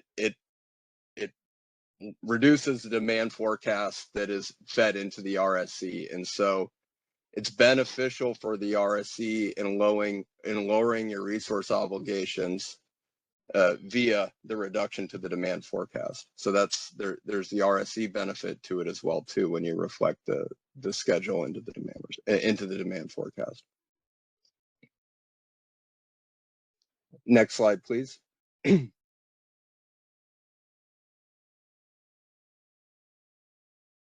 The mechanics get a little bit more complicated when you move into real time in the very short term forecasting space. So using this example here, kind of trying to illustrate this point in a little bit more detail, but in the real time horizon, so this is RTD, RTPD, T60, and then even 2 hour ahead time horizons. The load forecasts and the load models, when you're at these shorter term horizons, the models in the forecast will load follow. More technically, we refer to this as the models are autoregressive. but essentially what that means is that the most recent load actual values are used in forecast generation. And so on the top graphic there, point number 1 is kind of illustrating before a DR event is called, some of those most recent load actuals values are going to be used in generating the forecast. And so at that point, at point 1, if the model doesn't have the external DR signal, it's going to generate a forecast that looks something like that dotted orange line. When you get to point 2, so that would be after a DR event is dispatched, the DR event has showed up in the load actuals. Since the model is load following, it's going to use those most recent points, which include the DR event and the load actuals when it generates its forecast. And so even if you didn't give the model an explicit schedule at point 2, it would adjust down to where those lower, more recent load actuals are coming to. And so the models require special logic in order to load follow appropriately after a DR event has been dispatched in real time. And the other point that I'll call out here is that whether the demand response is represented on the demand or the supply side, the load models still need visibility to that schedule to load follow appropriately and to treat the demand response appropriately. The mechanics, the model mechanics are different if it's on the supply side versus the demand side. And the way that the demand response might be reflected in the load forecast is different, but the model still needs the visibility because the demand response is effectively behind the meter and shows up in the load actuals. And so you need to account for it appropriately, kind of regardless if it's on the demand or the supply side. Hey, John, this is Ansel. Yep. So yeah, just to highlight what you just said, the asterisk, I think that's good to call out is in terms of, whether it's through this forecast adjustment process on the non-participating side or in the CAISO BA where we currently have PDR resources, a similar process has to take place when those are dispatched. That's what you're saying, basically.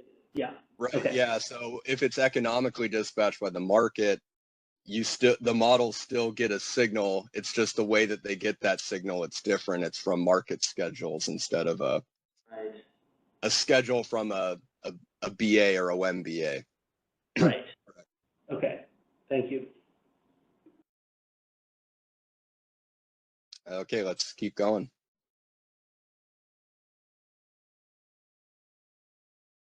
So this is an example. This is actually the same DR example we've been walking through, but this is showing real-time model performance.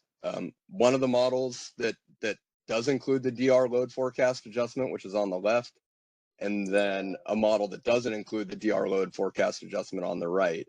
And what we're including in here is a T120 forecast, so that's 2 hours ahead, T60 forecast, which is hour ahead. So these are pretty useful for RSE. These are going to be reflective of what the entities would see for RSE advisory and RSE binding.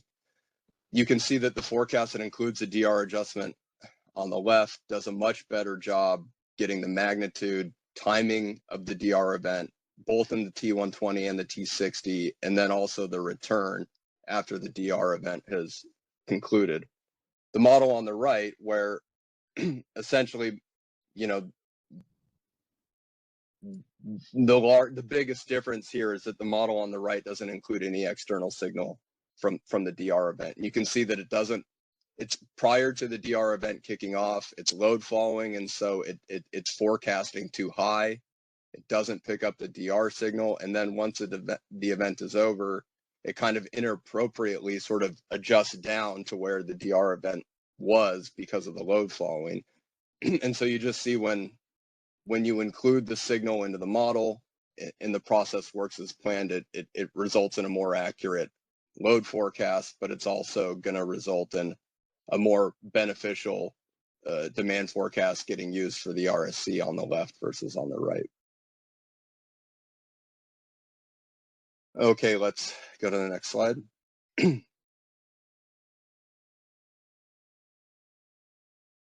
So these are just some additional considerations for how the current process works. And so some of this is just based on our observations and familiarity with using the process over this year and last year. And so what we've observed is that this works pretty well when the load forecast does not include any bias prior to making the DR adjustment and when DR schedules are accurate. So the issue that we've seen is that if a load forecast is biased prior to calling a DR event, so for example, if a load forecast has been persistently under forecasting for several days in a row, you can run into the issue where you've got potentially some under forecasting, and then you don't want to exacerbate the under forecasting by reducing more megawatts from it. So that's one of the issues where we've, you know, had some challenges with the process. And the DR schedules, you know, from what we've observed, they're largely fairly accurate, but there can be some variability in performance. So that's something that we've observed. And then I guess following up from that point, there is no performance evaluation that's currently performed on DR schedules. So there is potentially some risk there when you're automatically passing a schedule to a load forecast if there's no performance evaluation mechanism. So something that we've also noted. And so we do, in terms of the API related enhancements, we do feel like this will help address a number of the WEM related concerns that have been raised at the prior DDEMI meetings, primarily by replacing a lot of those manual email processes and the manual evaluation processes. So it is something that we are hopeful for. And then finally, since it's been discussed at some of the other meetings, and I made this point on one of the prior slides, is that even with supply side demand response options, the load forecast still needs visibility to it because of the reasons that I mentioned on the prior slide. So just pointing out that, you know, whether you represent it on the demand or the supply side, you still need mechanisms to give the load forecast that visibility regardless.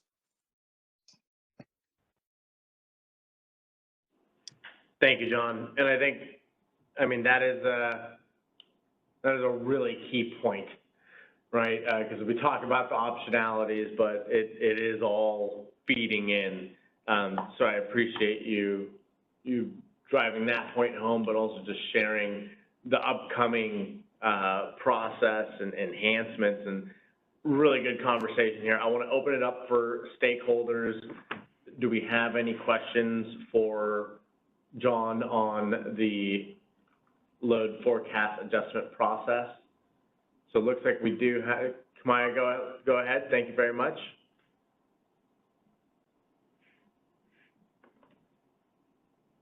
And you may be double muted.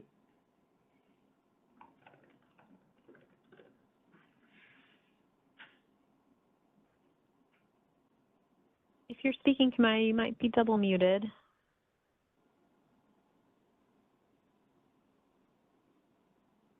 All right, so looks like we're muted. Let's give it one more try. Okay, is my audio working now? We can hear you, yes. Fantastic, thank you. John, thank you so much for this presentation. It was really informative. I wanted to touch on the fourth point on this slide on future enhancements. It was related to DER aggregators and scheduling coordinators within a WEM entity using the load forecast adjustment process. And I wondered if you could just speak a little bit more to that enhancement and the use case. Yeah, so I'll just say it's not, it's just an idea or a concept at this point. And we are aware that there are some WEM entities that receive information from their aggregators and for how they receive their demand response events. There may be multiple DER aggregators or LSEs within a WEM BA that are sending that information to the BA. And so we've just identified this as a potential future enhancement if there's some collective agreement this could be useful and this is a direction that we would want to go. So it's not something that's currently definitely planned and in the works. We've just put it out there at this point as an idea.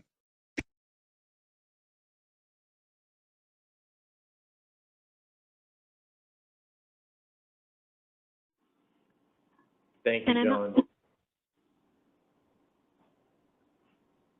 Sorry, Christina, go ahead. Oh, no, go ahead. I was just going to say there aren't any other questions at this time. I think you and I might have been going the same place. And John, thank you very much for taking the time to present this to this working group. Very informative. And, you know, I think to the community, we can come back with additional information if needed. And, you know, I'd like to take this opportunity to perhaps have some feedback on what it was that John presented via our comments template here for this working group session. So, John, thank you very much. Great job with the presentation. Go get some hot tea. You did really well. Thank you very much. So, Christina, let's go ahead and hand it over to you to navigate. We do have a break coming up. We wrapped a little bit earlier than anticipated, but I think we want to kind of hold to that. So I'm going to hand it off to you. Sure. Thank you, Juan. Yeah, so we have time for a break right now, returning at approximately 11:10. So that'll give us about 17 minutes. So we will see you back at 11:10. Thank you.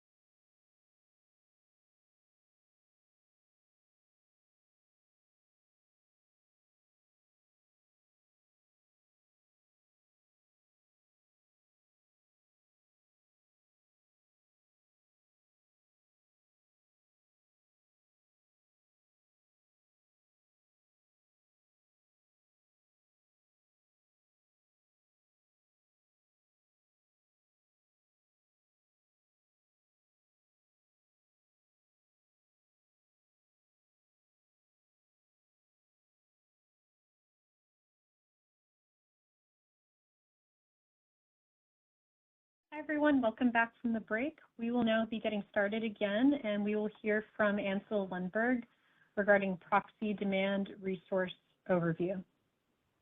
And over to you, Ansel. All right. Thanks, Christina. Yeah, so I'll just be giving a kind of 101 level overview of the PDR model, our economic demand response model that the ISO has had for several years now, since I think it was 2010. So let's go to the next slide. So a little bit of history. There have been a number of orders from the Federal Energy Regulatory Commission related to demand response participation in wholesale electricity markets. I've listed a few of those here. And 20 years ago in the 2005 Energy Policy Act, there was language related to eliminating barriers to demand response participation in markets. And there was also discussion at the CPUC in California in the 2000s about demand response and where it sits in the supply and demand stacks. So over the years, those orders have paved the way for economic participation for load curtailment and demand response in markets. On the right, I've also highlighted in California context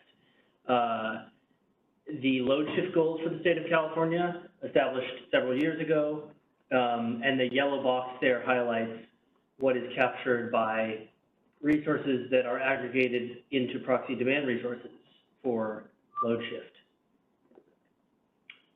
Next slide, please. So with that context, the ISO undertook a series of initiatives to develop market models to allow demand response and demand-side resources to participate in our markets. And we, based on those FERC orders, we determined that we needed to provide a wholesale demand response participation model that enabled the direct participation of existing retail demand response programs at utilities, but also participation of independent programs and aggregators that are independent from the load serving entity. That upholds that kind of open access principle at FERC. The third bullet indicating that these resources should be treated comparably to generating resources in terms of how they're modeled and how their costs are incorporated. And finally, this resource model should enable demand response to offer its capacity at all hours and days of the year. Next slide. So with those principles in mind, we built the proxy demand resource model and the reliability demand response resource models to achieve those needs in response to these orders and rulings. And these, as I mentioned, were developed to integrate utility programs, but also to provide that open access to third-party participation. On the bottom, I've highlighted a handful of other market participation models at other ISOs across North America. These are kind of the equivalent economic demand response models for energy market participation in other markets. So, as I mentioned, PDR was established about 15 years ago, and we have several hundred megawatts of PDR resources in our market today. And we've spent some time this morning talking about RDRR, which was also kind of prompted by similar activities at FERC and at the CPUC in California. Next slide, please. So this slide, I'm going to cover a little bit about kind of how PDR works and how demand side and load curtailment is represented as a supply side resource in our markets. So this model does provide that direct participation of load in markets from the supply side, and it simplifies the scheduling of that participation. So upfront, kind of from the load side, as John spoke to earlier, LSEs forecast and schedule or bid in their load at the default load aggregation point as normal. So that is regardless of kind of curtailment capabilities. The load, all loads are offered or are bid into the markets by the load serving entities. However, then you have DR providers which can offer their demand response portion of that load, so the curtailable portion of customers who've somehow signed up and registered as demand response into the ISO markets on the supply side. This is through the scheduling coordinator process that any generating resource would normally use. Thus, that's how we achieve the kind of pseudo-generator approach and achieve that comparable treatment between demand and supply side resources. With that said, the load serving entity in step 1 and the demand response provider in step 2 could be the same entity. So that's for utility and bidding in its load, and then also offering its utility demand response programs as a PDR. Or it could be 2 separate entities to achieve that open access.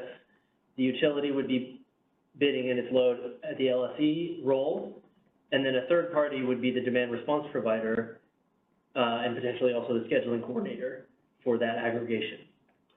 And then through the whole process, the loads are still aggregated at the sub-lap level.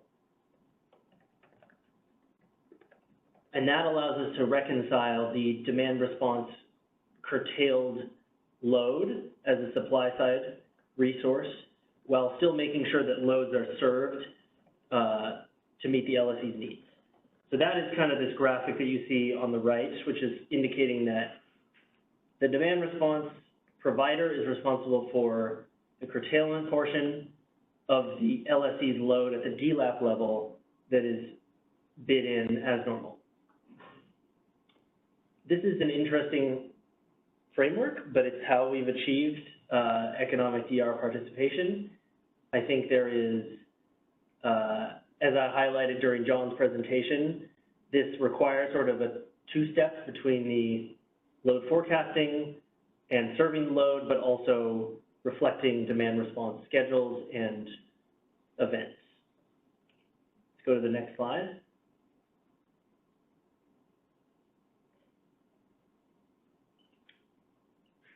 So we've touched on these models before, but I just wanted to highlight the different services that PDR and RDRR can provide in our markets, including energy and ancillary services. And of course, PDR is the economic model, which can be dispatched economically in day ahead and the real-time markets. And RDRR can be offered economically and dispatched in the day ahead, but in real time, it's on a reliability basis. And both of these models at the CPUC in California can count towards resource adequacy capacity. So just wanted to make sure that we highlighted that.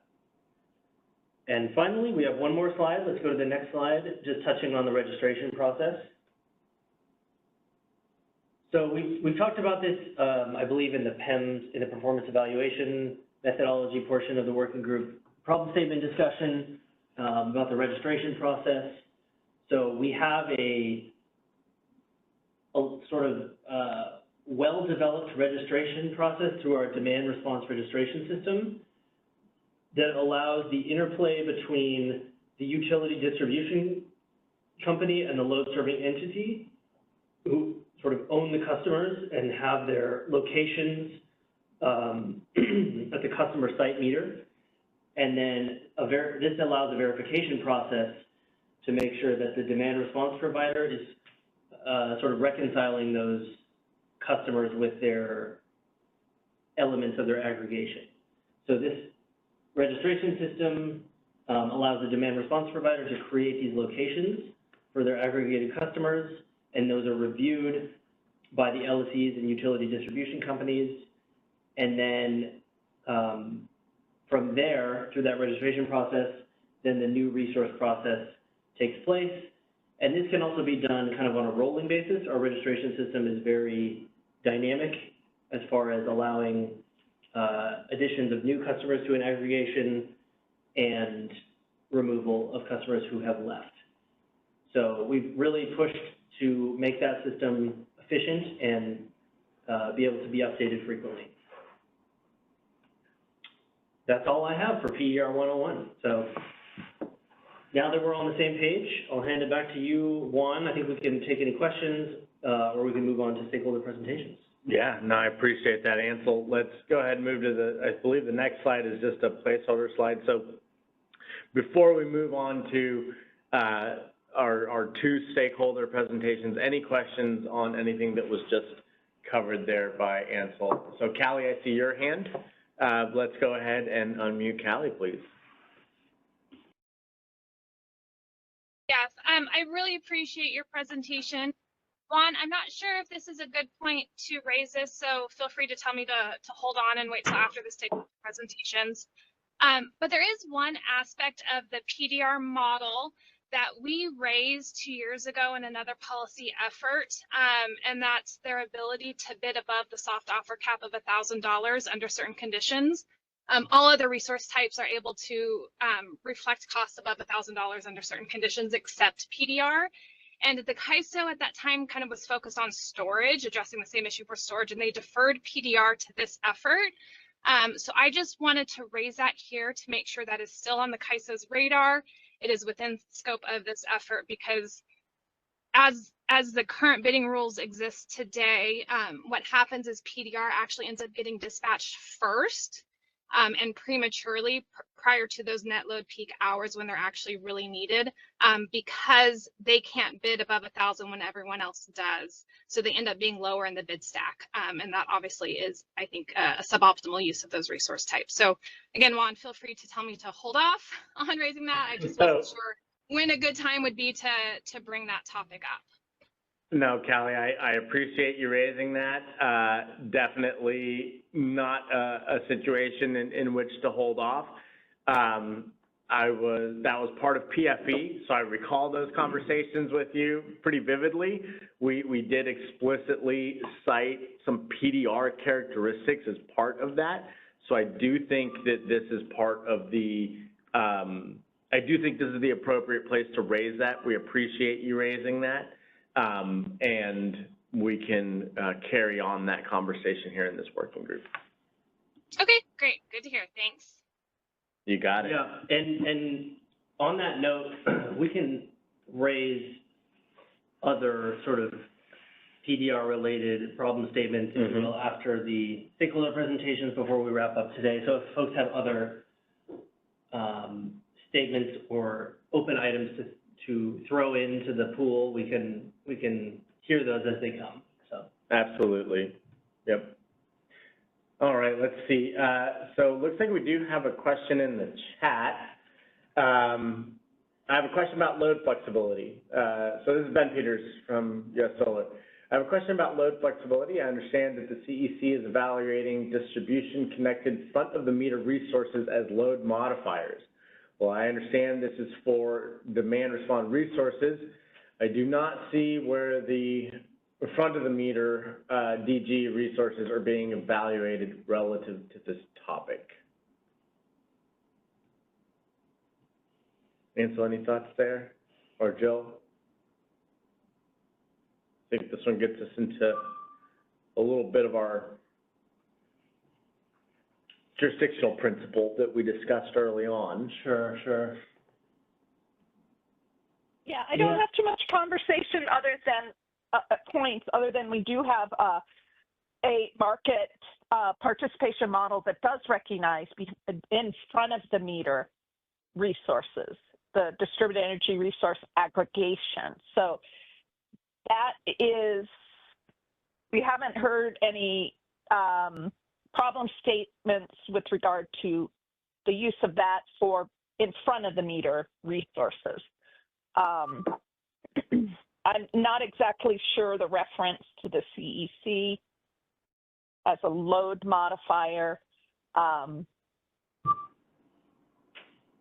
So it'd be interesting hear more about those. Thanks, Jill. Yeah, and thanks, Ben.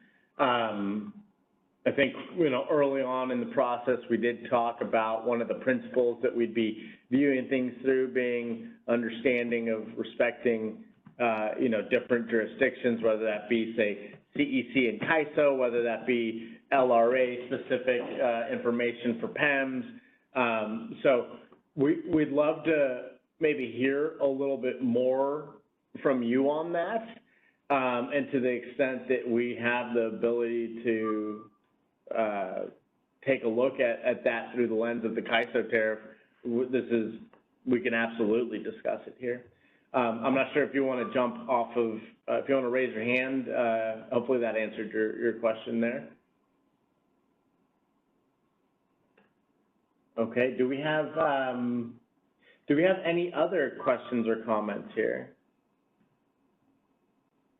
I'm not seeing any other questions or comments coming in at this time. Okay, very good. Well, in that case, Ron? Yeah, go ahead, Just real quickly, Jill. this is Jill again. Again, we're just trying to review the comment.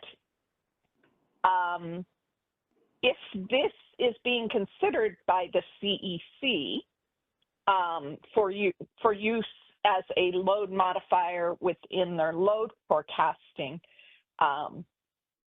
responsibilities, then it's kind of outside of this initiative, outside of the ISO's purview. So that's kind of all I can say, not having a deep understanding of what is reflected in the comment about the CEC evaluating in front of the meter resources as load modifiers. But if they're evaluating it in terms of how they're developing their load forecasts that are used for planning purposes and resource adequacy, then that would be outside of the ISO's purview and outside of this particular working group. Yeah, thank you, Jill. And Ben, hopefully that answers your question. Well, let's give it a moment.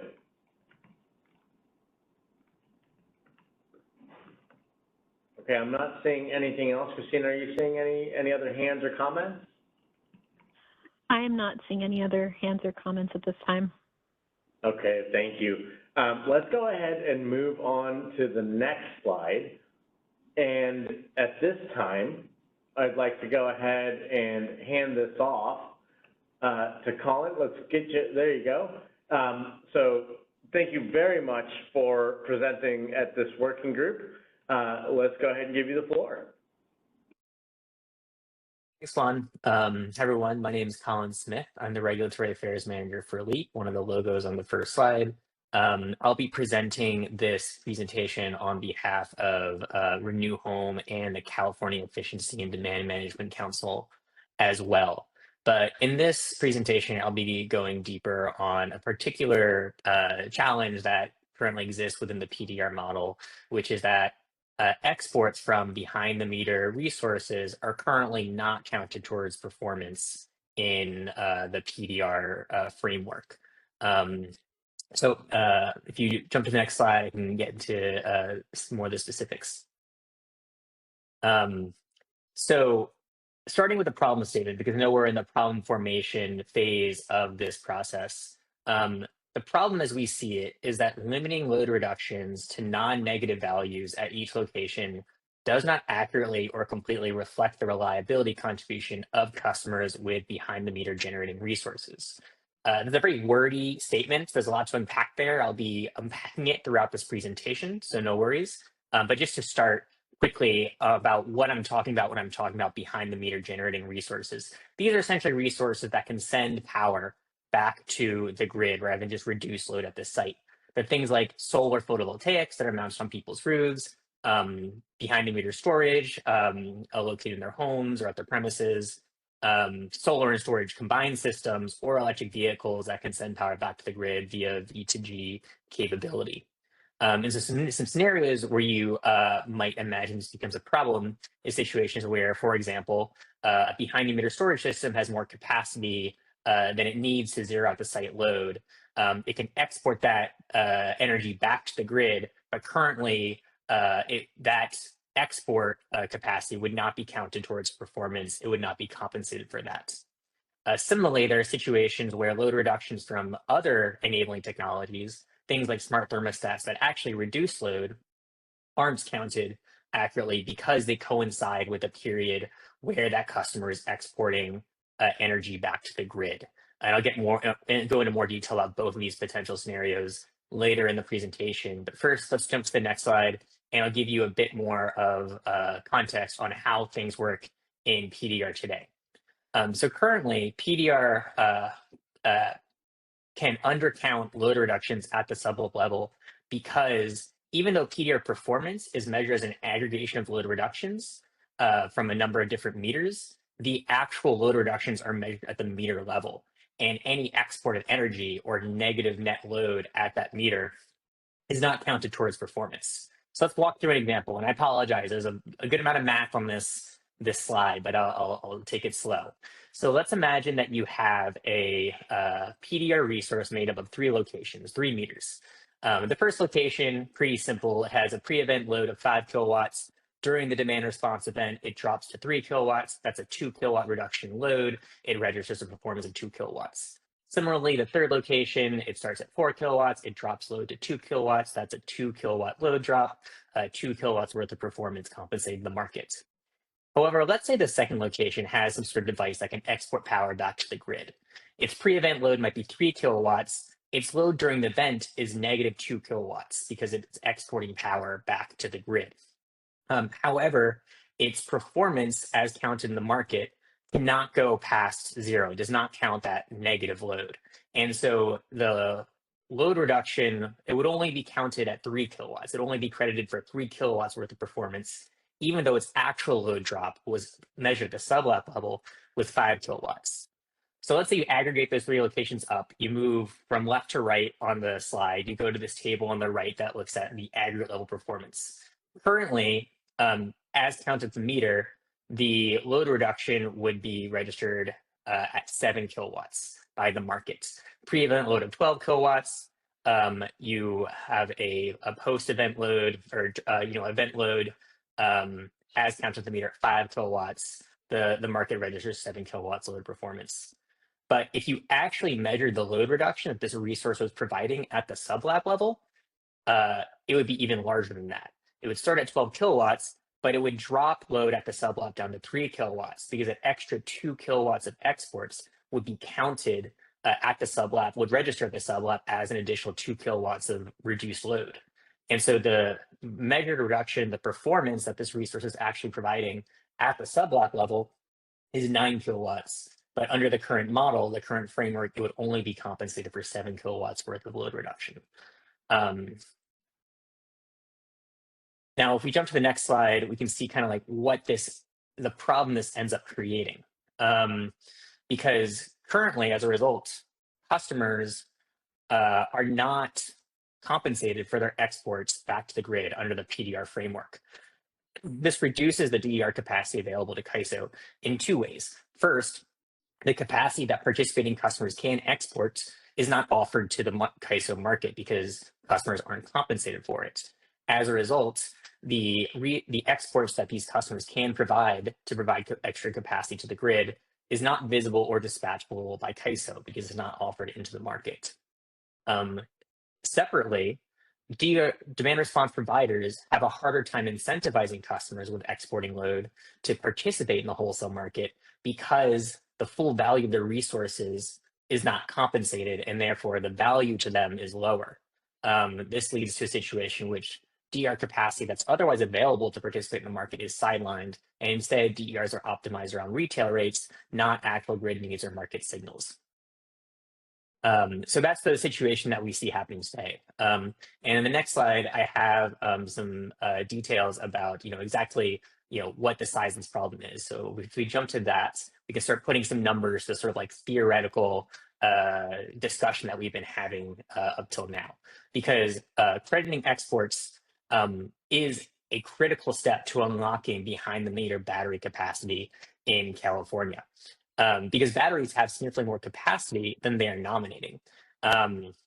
This is based on a study, a pilot project that PG&E did a couple years ago. I believe that there will be some updated numbers provided in the presentation after me, but just looking at these numbers, PG&E found that a Tesla Powerwall could discharge 4.5 kilowatts, but an average afternoon household load was only 1.2 kilowatts. Even if you assume that load is higher during peaks, maybe like 2 to 3 kilowatts, the lack of an export credit pushes storage customers to cut their nominations by close to half, by around 45%. Basically, their nominations, they only nominate enough load reduction to zero out their site load. They don't nominate any additional exports they could provide because they won't get compensated for it. In fact, it doesn't factor into the resource's performance. And so nominating their export capacity would cause them to get penalized because they wouldn't be, the market wouldn't see them as performing up to that nomination. This creates a situation for many customers who could otherwise discharge their full battery capacity, don't do that. And since CAISO only has visibility into the portion of battery output that was bid into the market as demand response, this reduces CAISO's visibility into these resources as well. This is a significant impact. California has 1.8 gigawatts of residential behind the meter battery storage as of April. So the residential battery capacity in California has now grown to the point where it is a sizable capacity resource. However, we at LEAP estimate that only about 10 megawatts of that, not even necessarily 10 megawatts of that capacity is participating in third-party market integrated programs. So an extremely small percentage. By contrast, you see the demand-side grid support program run by the CEC, which does compensate exports back to the grid, has grown over the past few years to a roughly 700 megawatt capacity resource. More than 700 megawatts of behind the meter battery capacity is participating in this DSGS program as of July. And a big reason for that is because the battery exports are compensated in DSGS. And so it's a more attractive program for behind the meter battery owners to participate in. It's drawing in more participants, which is creating the opportunity to provide that capacity, but through an out of market program that CAISO doesn't necessarily have visibility into. So if we jump to the next slide, we can kind of see what we're looking at over the next few years as this resource continues to grow. Because battery capacity in California is growing, but if the market rules are not changed, much of it will be hidden from the markets. So I created here a very simplistic sort of like back of the envelope estimate of how residential battery capacity could grow if it continued to kind of grow at the same rate as it has in the past. Again, I believe the presentation after me will have some more detailed forecasts, but I like this view because it kind of shows how the amount of capacity available to CAISO grows much more slowly if exports are not credited. In fact, the gap between what is and is not available continues to grow into 2030 because the lack of export credit hides a substantial amount of residential battery capacity from CAISO.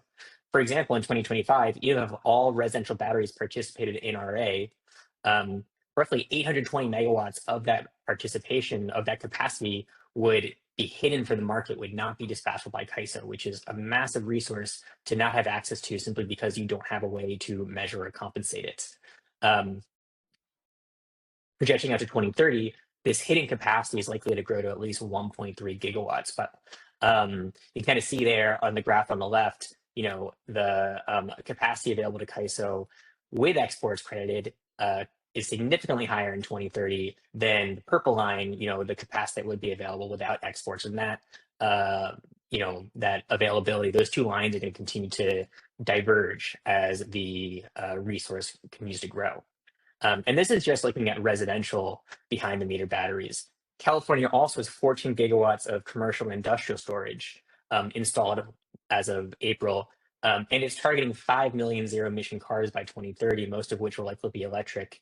Even with conservative assumptions about V2G participation in demand response programs, this could represent 5 gigawatts of hitting capacity by 2030, 5 gigawatts of capacity that otherwise would be accessible to CAISO, that would not be if exports were not credited. So a massive resource going untapped here at a time when bringing capacity online quickly is more important than it's ever been. Moving on to the next slide. I'll go into a bit more detail about the other situation that I discussed or alluded to earlier, which is situations in which maybe a customer doesn't have a dispatchable battery, but they have solar on the roofs and they have a smart thermostat that can reduce their load. In these situations, many of these customers can't participate their demand response, their thermostat in a demand response program, in a market integrated demand response program, because their load is negative throughout most of the availability assessment hours when their performance is assessed.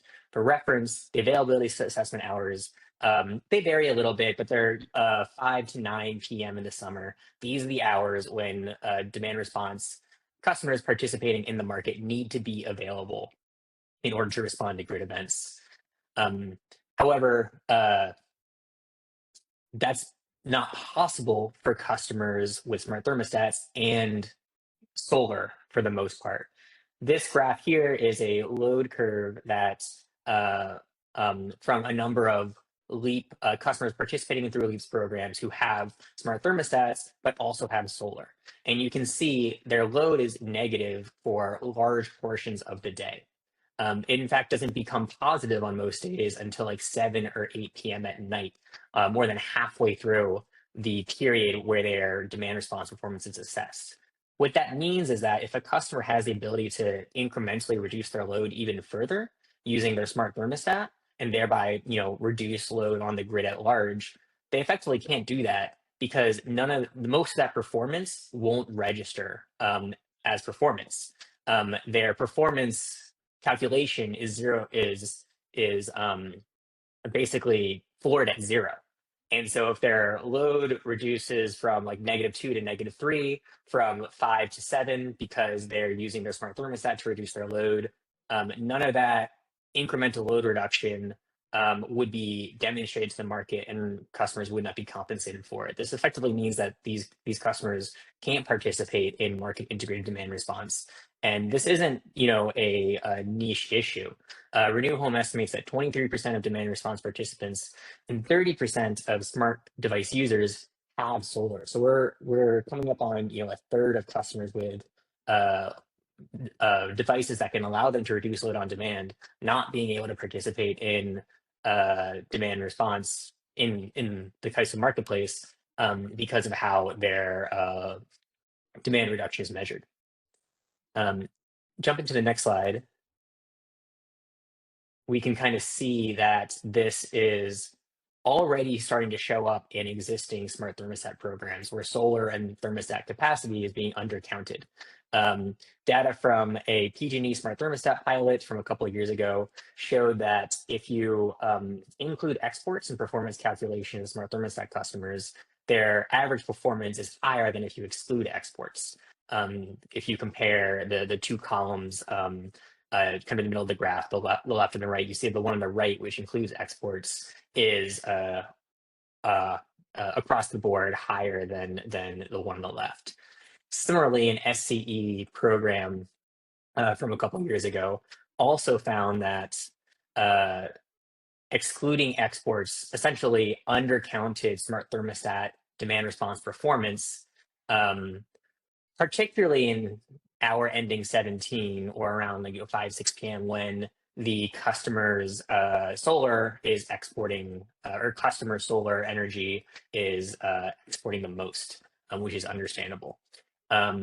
So that's a pretty significant change in the performance calculation. Drops their performance by almost 25%. And 0.27 kilowatts of reduced performance aggregate over thousands, tens of thousands of smart thermostat customers is a sizable resource that's being undercounted. Next slide. So this is a pretty significant problem. It has real impacts on the capacity that CAISO has accessible to it. But it's also potentially a relatively simple issue to fix. It could be addressed with a relatively straightforward change in performance accounting. Specifically, the PDR framework could be modified so that PDR aggregation performance is measured at the sublap level rather than the individual customer meter level. This is the thrust of a proposal that LEAP, SEDMEC, and Renew Home put forward in last year's policy initiative process with CAISO, where we proposed something kind of aptly named modified PDR that would make this a change in measurement location. And we think it's appropriate because, as Ansel mentioned in his last presentation, load for PDR is aggregated at the sublap level. It's really the performance at the sublap that is important from a transmission perspective. And so it's fully appropriate for a PDR aggregation performance to be measured at the sublap level rather than granularly at the individual customer meter level. What this would look like is that individual service accounts or specific meters would have their exports be counted because their exports past the meter when measured at the sublap level would register as load reductions at the sublap level, and so would be incorporated into the PDR's overall performance. However, net load at the sublap level would remain positive because negative load at the sublap level would still not be compensated. So if a resource turned a sublap from like a net load to a net generating point, that additional performance would not be compensated. And what this would do is it would prevent backflow of energy on the transmission system, any associated concerns with deliverability or grid operations. An alternative way to go about this is to keep measurement at the meter or device level, but allow exports past the meter to be counted as long as net load from all resources a demand response provider bids into the market is positive at the sublap level, again, addressing that concern about transmission backflow. And this provides two large benefits to CAISO. First, it unlocks additional capacity, all the exporting capacity that we discussed earlier that's otherwise being hidden or undercounted. But it also gives CAISO visibility into exporting resources. And here's where I want to emphasize, this isn't a question of do we or do we not allow resources to export past the meter. Resources are exporting past the meter. They're exporting past the meter for the NEM 3.0 program. They're exporting past the meter for the demand side grid support program. There are other mechanisms by which customers can be compensated for this, but because they're not compensated for it in the markets, they're not bidding that export capacity into the market. And as a result, CAISO has no visibility into where and when these resources are exporting. Similarly, these exports are responding not to market signals, but to other signals on the retail side. And so it's, especially for exporting resources, which have potentially an impact on grid operations, it's especially important for CAISO to be able to add visibility into these exporting resources. And the best way to do that is to bring them into the market by incorporating those exports into the performance measurements of PDRs. And before I end, I do want to emphasize that there will still be guardrails in place in this system. The lack of compensation for negative load at the sublap level means that there would be no net export through the transmission system. As a result, you wouldn't need to run a WDET study, for example, to connect these PDRs to the market. In addition, all of these exporting resources would need to be Rule 21 compliant, which would address reliability concerns on the distribution system. So that's my presentation. If you jump to the next slide, I just wanted to leave a bit of extra time for questions. Happy to answer any questions people might have or move on to the next presentation.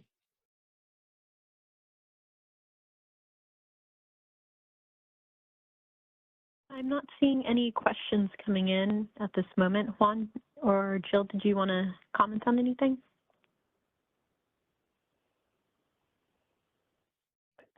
had one question, Colin. Do you see, because it sounds like the metering capabilities are there for behind the meter, these type of behind the meter resources that do the exporting, but, and do you see that being able to be, that type of data being able to be shared, or are there confidentiality kind of requirements around them that need to be developed in terms of for consumer protection? Or I'm trying to understand, that, because some of the comments made within your presentation kind of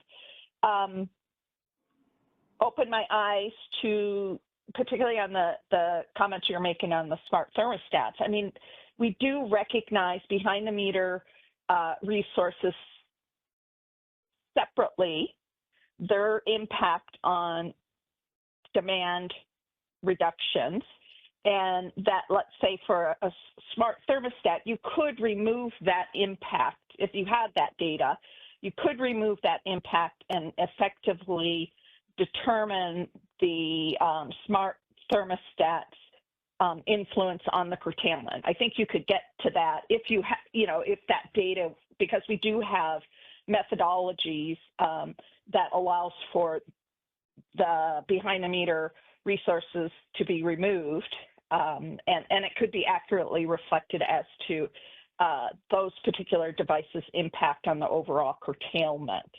But it sounds like that data share isn't available or isn't set up, or I'm just trying to understand that part of the equation.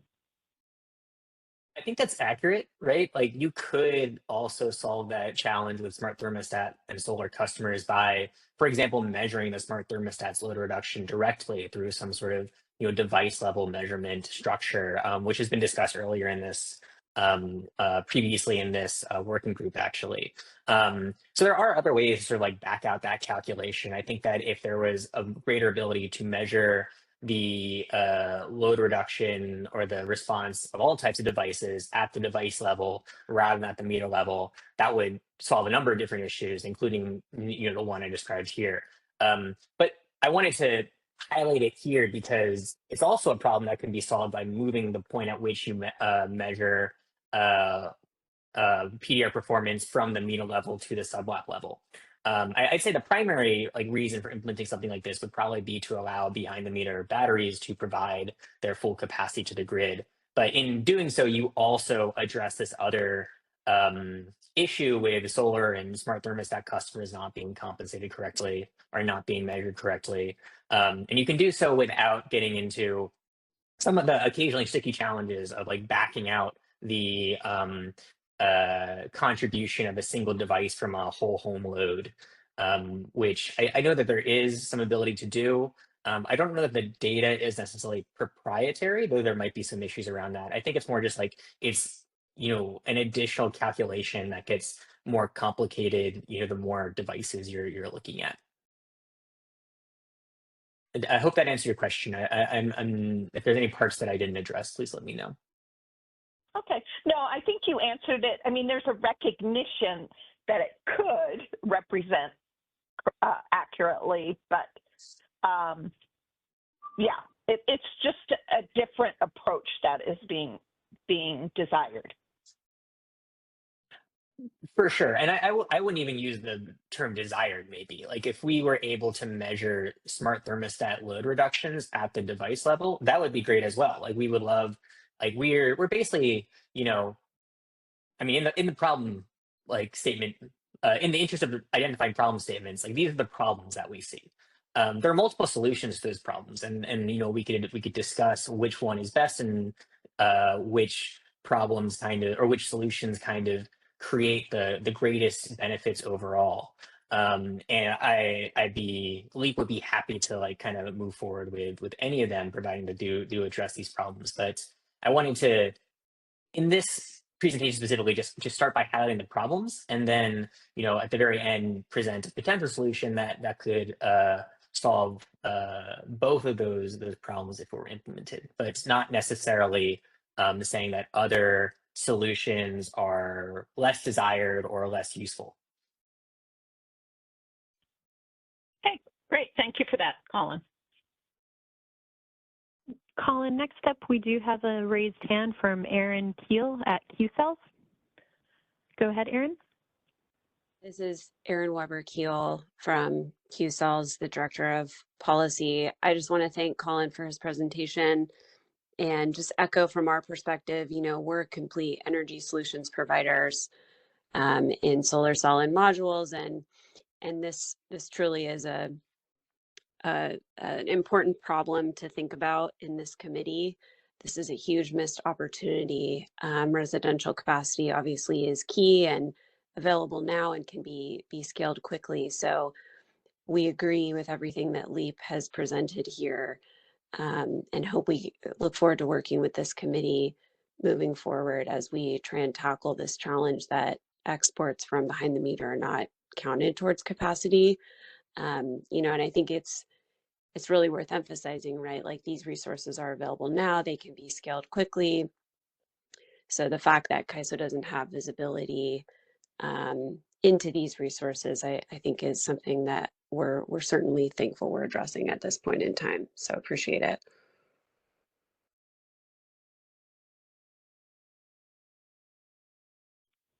Thank you for your comment, Erin. Next, we have a written comment in the comments from Chris Sentieri at CER, asking if you can speak to how a PDR aggregation that has a net negative load at the sub-LAP level would be treated. Would there be any penalties or fees involved with that? I mean, there could be. Like, currently, it seems like the guardrail that ISO has in place is it just doesn't compensate exports past the meter, and so no one, you know, nominates batteries to export past the meter, and therefore ISO can be assured that there's no backflow. I imagine that would work the same for negative load of the sublap, right? If a DRP is not going to be compensated for exporting past the sublap or providing a greater load reduction than there is load at the sublap, then they wouldn't nominate load to go past that point. That said, if there is a desire for greater safeguards there, you know, we could talk about a penalty or a fee for exporting past the sublap, something that might encourage PDR developers or demand response providers to make sure that there is, you know, some cushion that ensures that the sublap load will always be positive, or will can be well assured to be positive. Thanks, and it's Juan here. I think, you know, that is, I must admit, that question is where my mind went as well during the presentation. I think it would have to be a consideration. I think that one is something that, you know, would have to be part of the potential solution to this problem statement, is considering how you would incentivize or require that positive load at the sublap level. So, thank you. Yeah, we also have James as well with his hand raised. Let's go to James real quick. Oh, yes. Hi. Thanks. Thanks a lot for your presentation, Colin. Very interesting. This is James Ware at PG&E. And just wondering if you had any suggestion or thoughts on what performance evaluation methodologies would be used under this type of a model.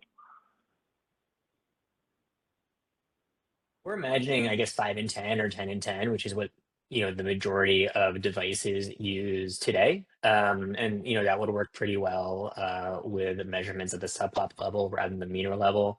But, you know, there could also be potential. I know we've talked about PEMs like the NGO baseline as an example that measures batteries at the meter level. Like, we want to still be able to enable the use of these other types of baselines as they're appropriate. And so, you know, ideally there would be a way to incorporate, you know, this wouldn't necessarily be like a new baseline. This would be a new point of measurement for, you know, resource performance or portfolio level performance, and the individual resources, the individual meters even would still continue to use the baseline that's most appropriate to them. Okay, great. Thank you. Appreciate it.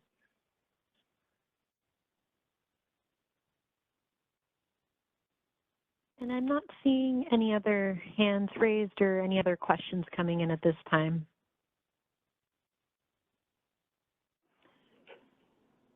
I think we have one from Kevin here on the panel. So Kevin, you can unmute yourself here. There you go. Wonderful. Thank you.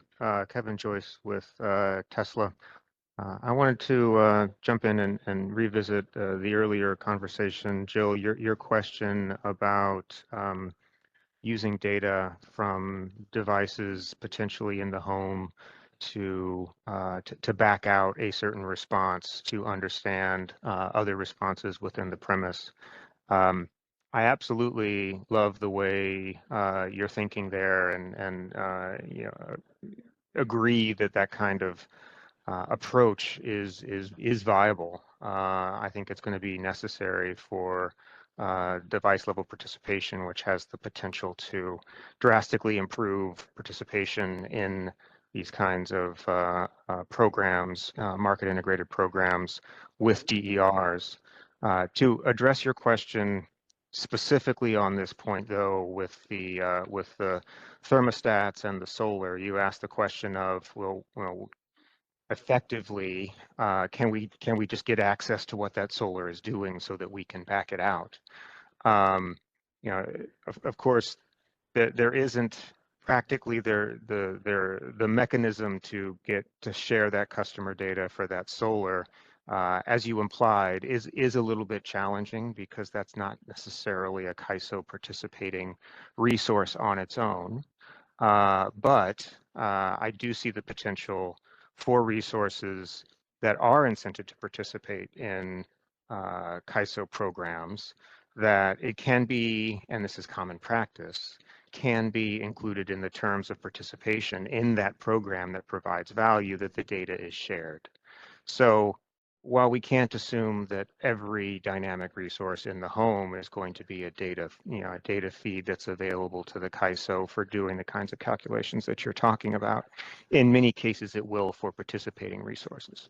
For example, if behind the meter storage has been talked about a lot in this presentation, if that is market participating, it can be a part of those terms that data is shared with the CAISO, and then the contribution of that battery can be backed out of the premise data so that other programs and other devices might be settled with the premise meter. So I just wanted to point that out. There's a lot of potential flexibility there, even solving for potential data sharing sensitivities.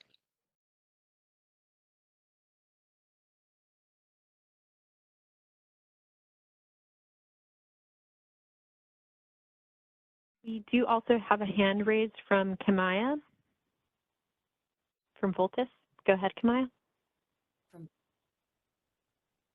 I wanted to also thank Colin for the excellent presentation and state Voltus's interest in this problem space.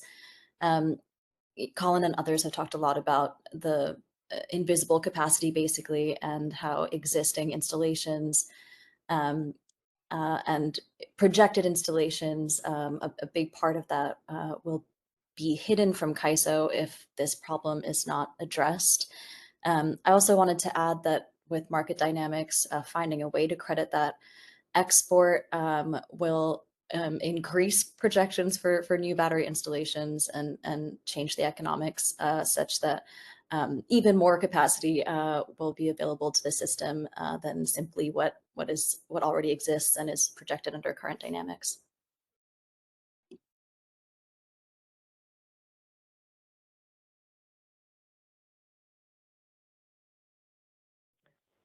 Thank you for your question. Colin, did you have any response before we move to the next question?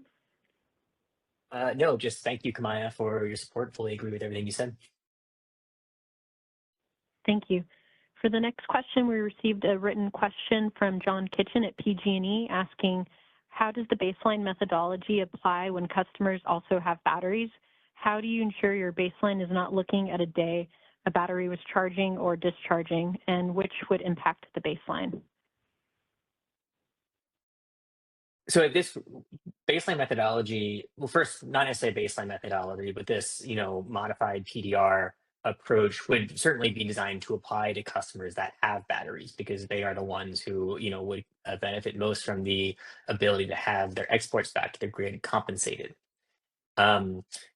And then there would just have to be some management of baselines to make sure that they have the ability to demonstrate that they, did provide a load reduction on the day that they were called. But this is also something that we've discussed in the past. Like, how do you make sure that you can accurately measure a battery's load reduction if it was also discharging like multiple other days in the past? Like, how do you establish that baseline just to show what the battery was capable of providing, what the battery did provide? You could ideally maybe just base it on the battery's rated capacity, or in some way, not base it on a situation in which you need to kind of have the battery, look back to a day when the battery is not dispatching to show what it can do on the day that it does dispatch. That's for resources that can dispatch like every single day, such as a battery. 5 and 10 or 10 and 10 baselines are a little bit more challenging.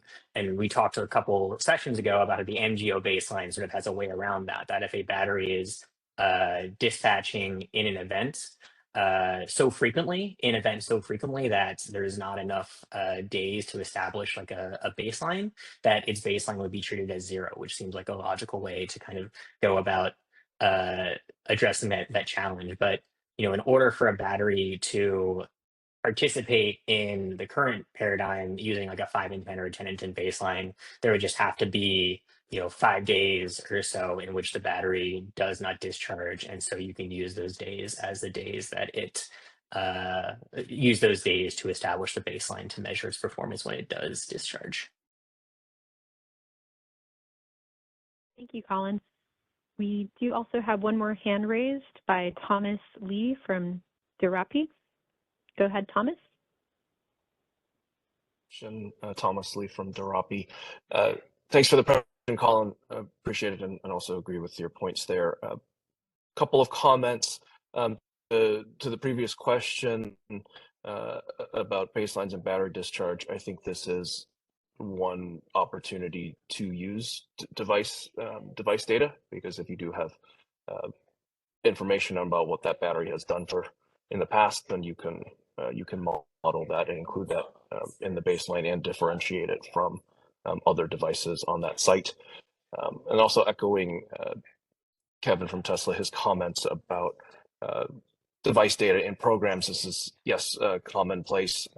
I think one example that was brought up in Colin's presentation around DSGS, that entire program is settled on device data. So there's definitely precedence for device data being shared, and there are mechanisms in place already to do that a number of manufacturers have implemented. So it is definitely a solvable problem. And thank you for taking my question.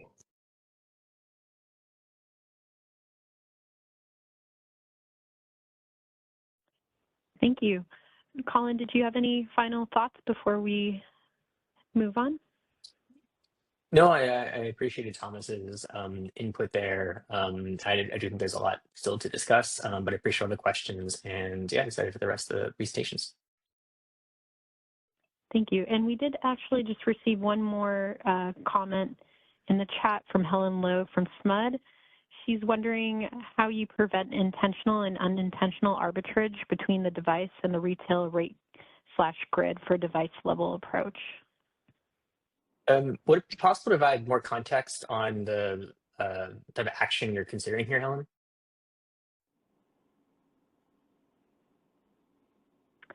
Stacy, are we able to unmute Helen Lowe from SMUD to provide more context?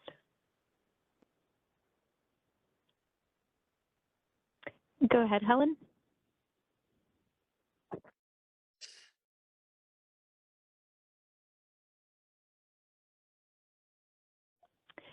You should be able to speak now, Helen. If you're speaking now, you might be double muted. Sorry about that. Hi.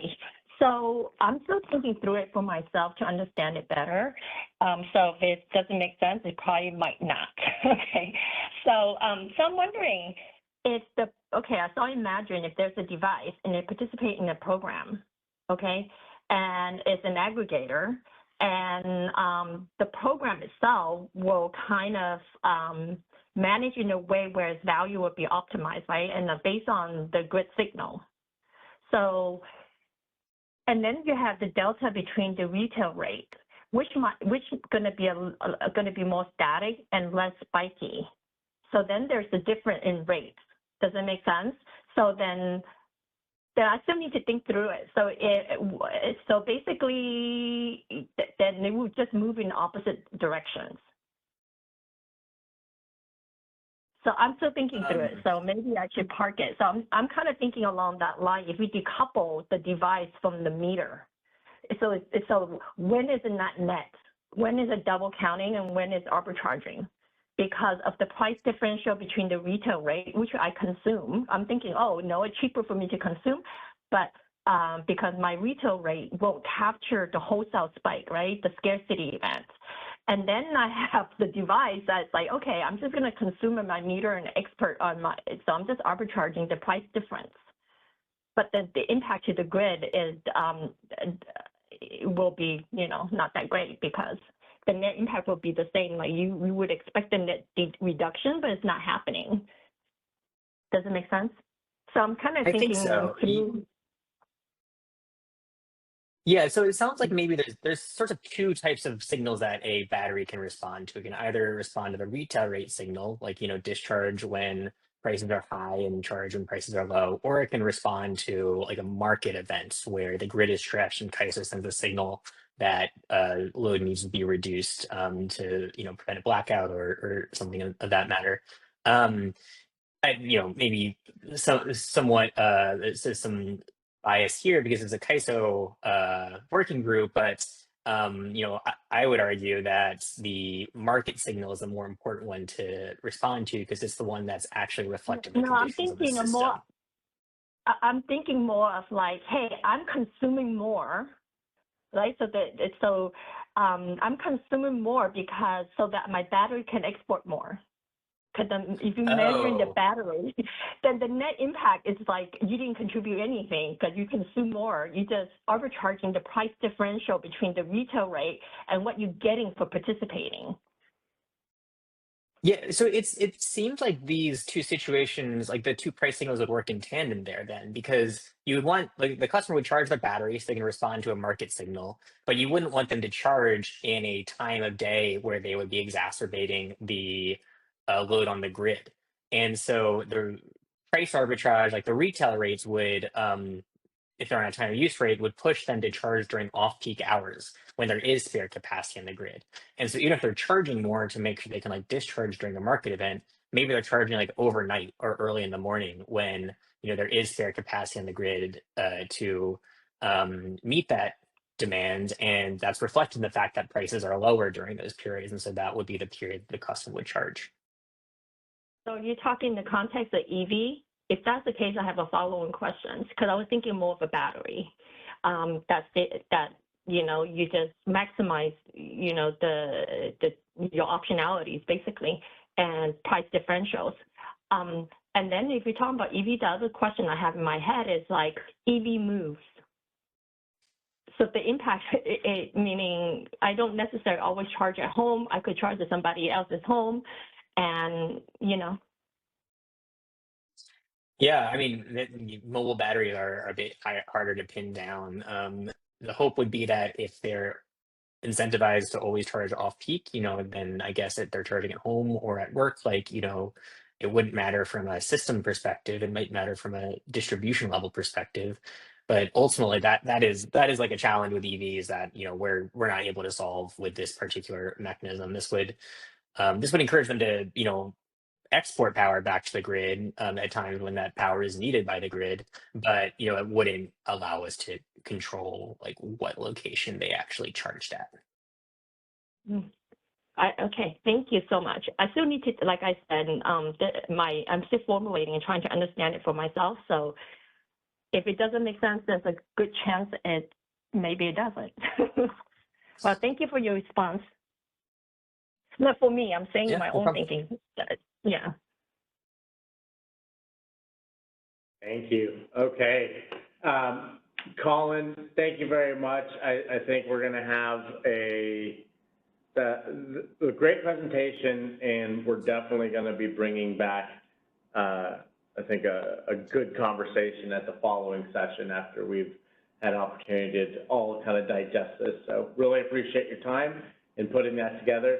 I do want to go ahead and move to the next slide, keeping an eye on time. I know that for some of you, I'm standing between you and lunch. So we kind of had that. Let's go ahead and move to the next slide. And at this point, I'd like to go ahead and introduce both Kevin and Kate to talk about PDR for behind the meter storage. So really appreciate you guys putting this presentation together. And please, John, I saw your hand shoot up. Let's go ahead and unmute John, please.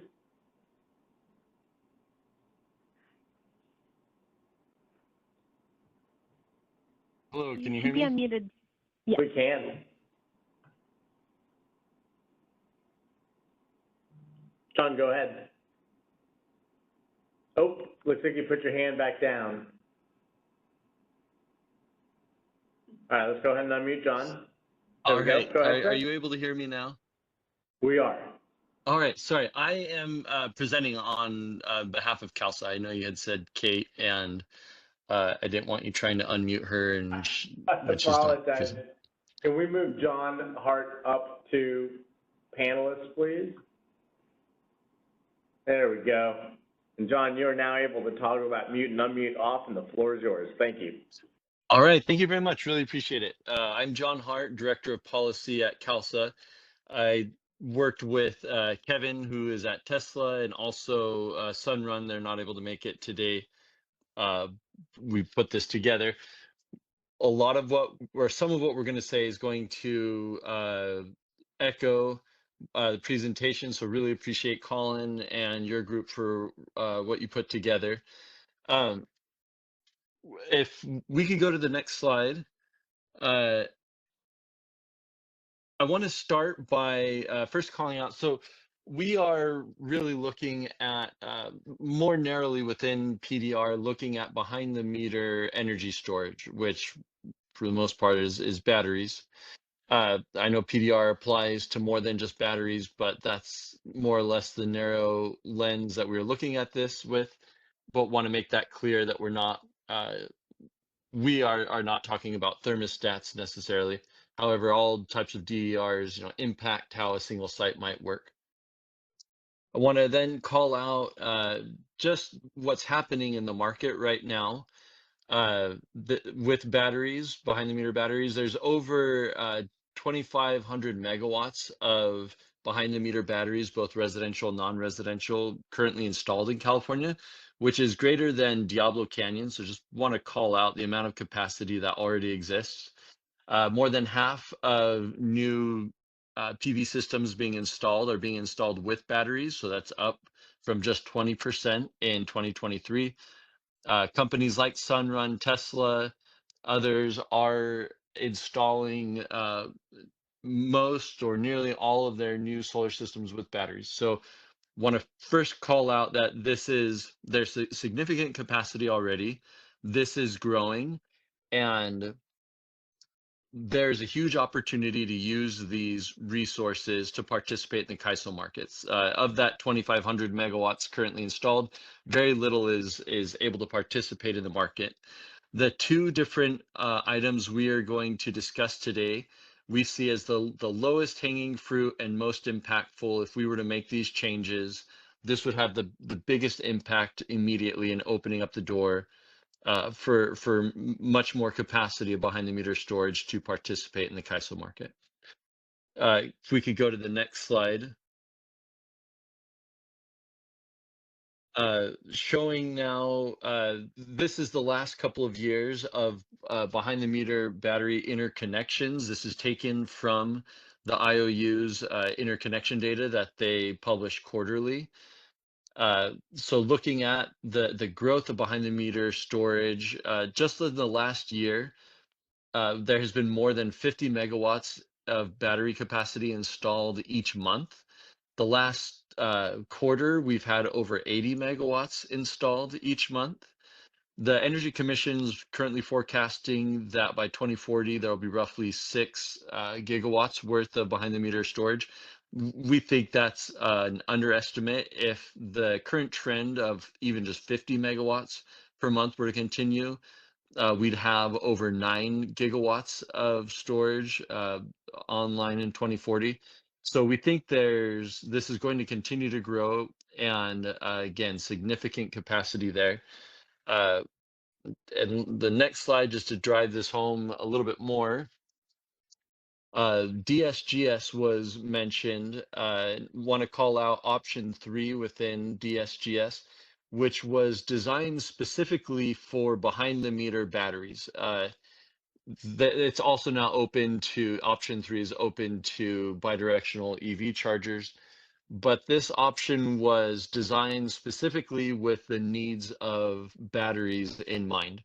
And want to make the point that with so many resources out there, so much capacity out there, products need to be designed to accommodate the technology rather than squeezing the technology into existing markets.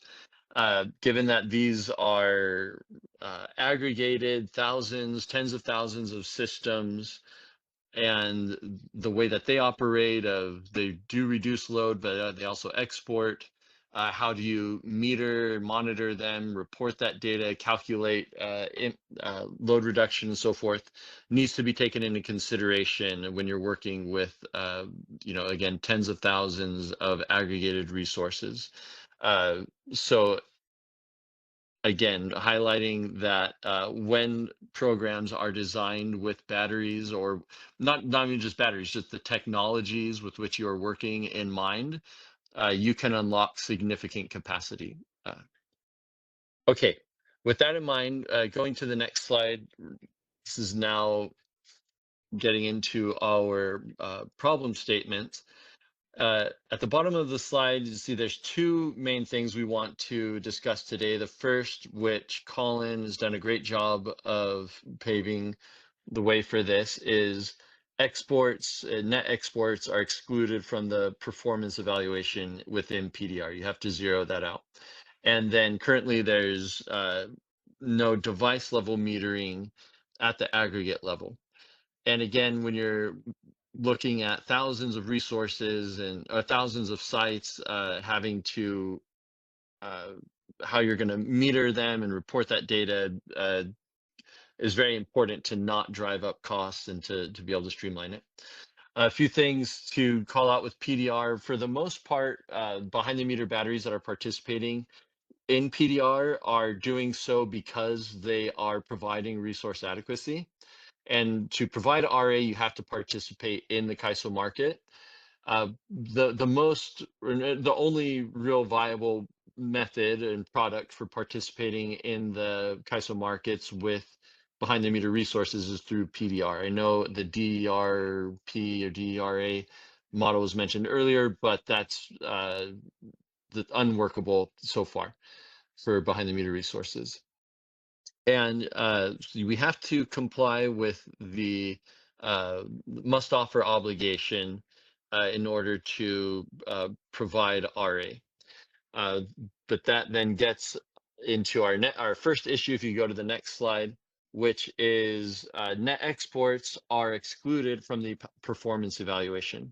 And not to repeat everything that Colin said, he did a great job. A few of the sections within the business practice manuals where it tells you explicitly it must be set to 0, any export set to 0. And therefore, no companies are going to want to export if that energy receives no compensation. So you're better off just holding on to it and using it for the customer for whatever their needs are, or either way, you're just better off not discharging that energy to the grid if you're not compensated. Want to show a few slides just to highlight the impact this has. So if you go to the next slide, this is at an aggregate level of, again, thousands of sites. There's a few different things happening here, but the red line, this is net load at the site. So during the day, there is net exports because the solar is generating, and then getting just past 6 o'clock, the site would start to import energy from the grid. And then at 7 o'clock, an event was called, or a test event was performed from 7 to 9. And across these thousands of sites, hundreds of sites, I don't know exactly how many, but more than 40 megawatts of capacity was provided during that 2-hour block. If you go to the next slide, this now compares that same day to the day before. The day before, so very similar looking day up until 7 o'clock, you have net exports, and then up around 6 or 7, you start importing from the grid. There's not even 5 megawatts worth of net load across all of these sites. And so participating in the CAISO market that day, you could bring load at the aggregate level down to 0. So you could reduce, we'll call it 5 megawatts worth of load, and nothing beyond that. However, the next day, again, illustrating if exports are credited, that aggregation can go down to more than 40 megawatts of exports to the grid. So you're looking at somewhere around 45 to 50 megawatts worth of capacity during that 2-hour block. So the battery value, there's at least 80% of the value is left on the table when exports are not included. This data is specific to an installer, but this is very illustrative, I would say, of what you're seeing across developers, across installers. This is not a one-off, but this is basically what you are seeing across sites. Also, I should call out, this is residential. At the CNI level, I don't have any charts, but it's even kind of more exaggerated at the CNI level because you have sites like schools or office buildings where people are leaving the office around 4 or 5 and load is dropping off, or again, schools where you have almost no load and you have solar on site and they have a battery. The battery is not able to then do anything because if there's either very little load or even no load at those times, there's no value for them to participate in the market. So emphasizing again, exports, allowing exports at the aggregation level to be credited can unlock a huge amount of capacity that is otherwise incapable of participating in the market. I'll hand it off now to Kevin, who's going to go into metering. Yeah. Before we move on to the next slide, though, yeah, this data that we're looking at here, as was correctly said, is associated with the DSGS program that has been name checked a couple times over the last couple of presentations. I think all of us participating in that program are very excited about how successful it has been in mobilizing emergency capacity. This is the data that you see here is from a routine test event in that program from last month. There's going to be another one of those test events this week, where we should again see some evidence of the magnitude of the capacity that we've been talking about here. It should be significant. To get ahead of questions, it may not be as much as some of the numbers that you're seeing in this presentation in terms of total aggregate capacity. What we're talking about in this presentation is, of course, nameplate, and customers nominate a certain capacity of their batteries to participate, but we still expect to see multiple hundreds of megawatts of participation participation this month, and eager to figure out how to get these hundreds of megawatts more transparent, more visible, and a more active participant in the CAISO markets. So yes, talking about exports and how if we're limited to on-site capacity, looking at the baselines, what a small percentage of the overall available capacity that ultimately creates for us. But then if we go to the next slide, in terms of the second issue that we wanted to talk about metering, metering approach, and metering requirements. I want to start by saying that we completely agree that accurate data is absolutely necessary for what we're trying to do here. We don't want to put out any problem statement or anything that suggests anything otherwise. We just simply want to point out that these aggregate resources where we are combining tens of thousands, eventually hundreds of thousands and millions of different data collection points into a single resource response for operations and for settlement is going to take a different approach than we're perhaps used to in terms of metering and telemetry. So some of the things as we think through that that we're going to need to get creative about and find some solutions are, first of all, how to figure out how to get to the device level measurement. We talked a little bit about this in the last presentation about how understanding the contribution of a single device is easiest if you can consider just the point of that device. That's allowed under the rules, but can be complicated when you start to look at the actual requirements around metering that and how that works. So how do we pull that together? How do we get that to an aggregate signal? The MGO approach is the most obvious way to look at an individual device and to bring it into a resource. We've been looking through and trying to highlight some of the specifics about things that would need to change. Variations on a theme here. In addition to rules around PDR and things like that, the rules around the MGO approach actually explicitly disallow exports from the premise, from the device. So that's another area that needs to be talked about, needs to be considered. And then last, need to take a look at metering requirements, requirements like ANSI C12 certification, which seem quite straightforward, can get a little bit more complicated when looking at individual DER devices. We can't assume that all of the devices that ultimately we would like to see participating in all of these are going to have AC meters, of the plastic blister type on the side of people's homes. That isn't to say that we can't still get acceptable and appropriate levels of aggregate accuracy from the resources, but we do maybe need to think about appropriate ways of thinking about these individual inverter-based devices or other kinds of devices that are capable of providing quality data, and whether there are other requirements we can put on them that aren't quite so specific as ANSI C12 certification.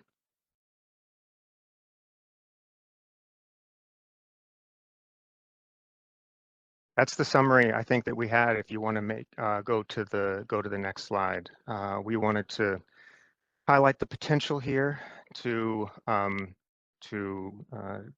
talk through a couple of our priority issues in order to bring this capacity that's out there into being more visible and participant in the CAISO market, and try to get down to some real specifics from the handbooks, from the protocols, in terms of things that we think need adjustment.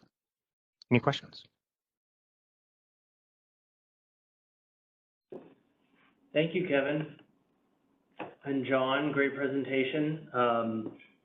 Appreciate the kind of additional framing to the issues in addition to Colin's presentation.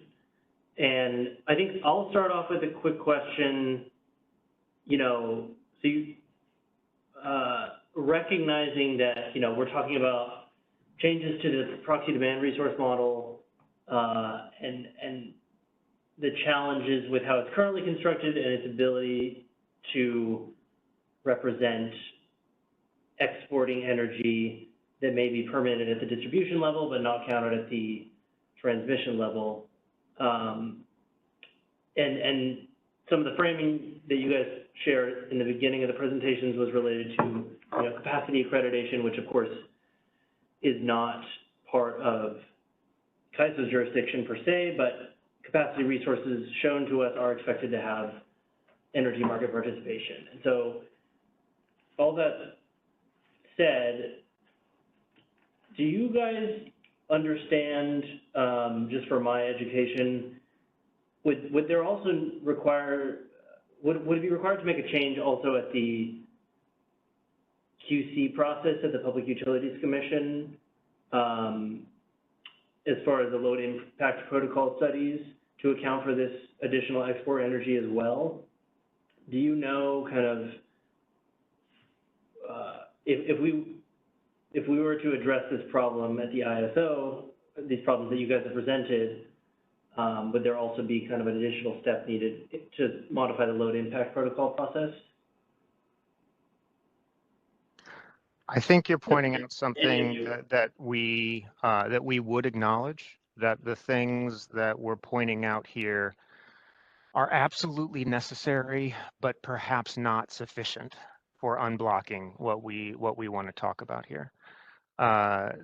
You know, without getting too much into all the different pathways and specifics, you know, there are probably, well, there are certainly a few ways to access capacity credit. What you mentioned in terms of the load impact at the PUC is, of course, one area that you know, we're certainly asking and are going to be asking for this to be picked up. There are potentially other ways to realize that there's an avoided cost, all of this. All of these, however, because like I said, we're very interested in having these resources as participating in these capacity constructs. We want them to be visible, and we want them to be available, and we want them to be useful to the CAISO. So this is very much the place to start, regardless of the ultimate pathway in terms of, you know, credit, shall we say. We do need to make sure that we solve these fundamental issues at the same time, if not first. Yeah, thanks, Kevin. I think just one thing to add to that also is even if RA is the biggest or primary value stream for participating in the CAISO market, it's not necessarily what every project or every developer does. There can be sites, aggregations, or resources that are participating in the energy markets that don't have any type of capacity or RA contract or anything. They're doing it just for the energy prices and therefore would not impact necessarily load impact protocols and that at the CPUC. So I don't want it to sound like every time behind the meter batteries participating in the market is automatically RA. Sure. But is likely to be the case often. Thanks, guys. This is Colin, just chiming in there as well. Yeah, to your question about, you know, I know that you said RA accreditation is outside of the CAISO's jurisdiction. Is certainly in the CPUC's jurisdiction. To the extent that this type of change would require new RA accreditation, I think it depends a little bit on how it's done, at least in the terms of the modified PDR type approach that I described in my presentation. If that is created as a new type of market participation product or similar to like PDR or RDRR, that would require probably RA accreditation from the CPUC. However, if it's simply an adjustment to how PDR is modified or is measured today, PDR is already an accredited resource for RA by the CPUC, and so in that case, there might not be a need to re-accredit it. I kind of doubt there would be. In terms of the intersection with the LIPS, that is a little bit, I think, more nuanced. But my perspective is that could probably be worked out through the LIP process itself. Like the way that LIPS evaluate the capacity availability of demand response resources is already different than how the demand response resources themselves are evaluated by CAISO. They're usually based on studies prepared by consultants that take into account the load reduction ability of certain resources based on past performance. I think that there should be, it should not be too difficult for those reports to effectively evaluate the ability for battery resources to reduce load and incorporate, their exports into that evaluation. And then it would just be incumbent on the CPUC to kind of review those evaluations and rule on them accordingly. Thank you, Colin. This is Kate Unger. I hope you don't mind me jumping in. I'm not actually doing the presentation, but I am listening in. I don't know that we have decided for sure. By the way, sorry, everybody. This is Kate with CALSA alongside John Hart, who was speaking. We have not done a complete evaluation on whether the load impact protocols would be the optimal way to account for these resources behind the meter batteries at the CPUC. There has been thinking about other possible approaches, and we are at the beginning of exploring those ideas. So just wanted to mention that. Thanks. Thanks, Kate. Good discussion. So we do have Aaron's hand up. Let's go ahead and unmute Aaron, please.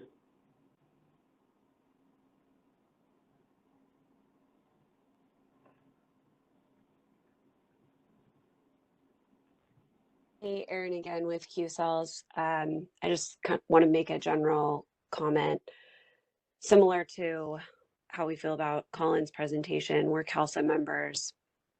Really appreciate Sunrun and Tesla and John and Kate and all their efforts here. We're very invested in this and appreciate the opportunity to problem solve around this issue. Obviously, I just want to underscore, kind of the point that John made earlier, that without the ability to account for exports as part of performance, we're talking about a reduction of value of 80%. So we absolutely want to, look at a new approach for metering as we think about the value of these aggregated resources, especially as we see, the attachment rate continue to skyrocket, have this really urgent need. So appreciate this and want to just echo all the comments being made by our peers at CALSA. Thank you. Thank you, Aaron. We did get a chat in the comment in the chat here. So Jared Satcham from Voltus says Voltus agrees. We would support QC accreditation outside of the LIPS. Okay. Let's give it another moment here to see if we have any final thoughts on the two very good presentations that we received today. Thank you very much to our stakeholders for the good conversation and taking the time to present these perspectives. We'll be coming back at the next working group with quite a bit additional discussion based off of today. So we sincerely appreciate that. I just see, Christina, do you see anyone else? I see Aaron. Oh, there's Jared. Yeah, Jared, let's go ahead and meet Jared, please.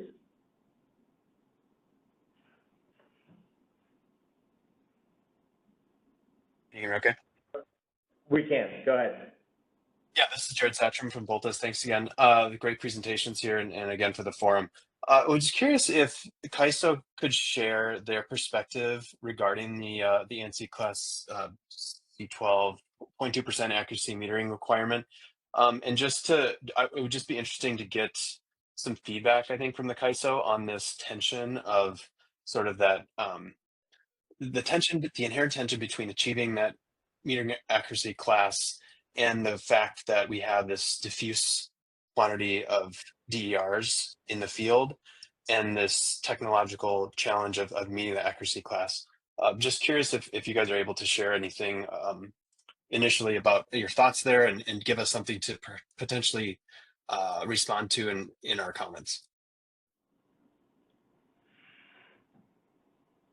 Thank you, Jared. I'll have to defer to perhaps Jill on this one. Yeah, I think the only comment I could make is we did look at this requirement from within previous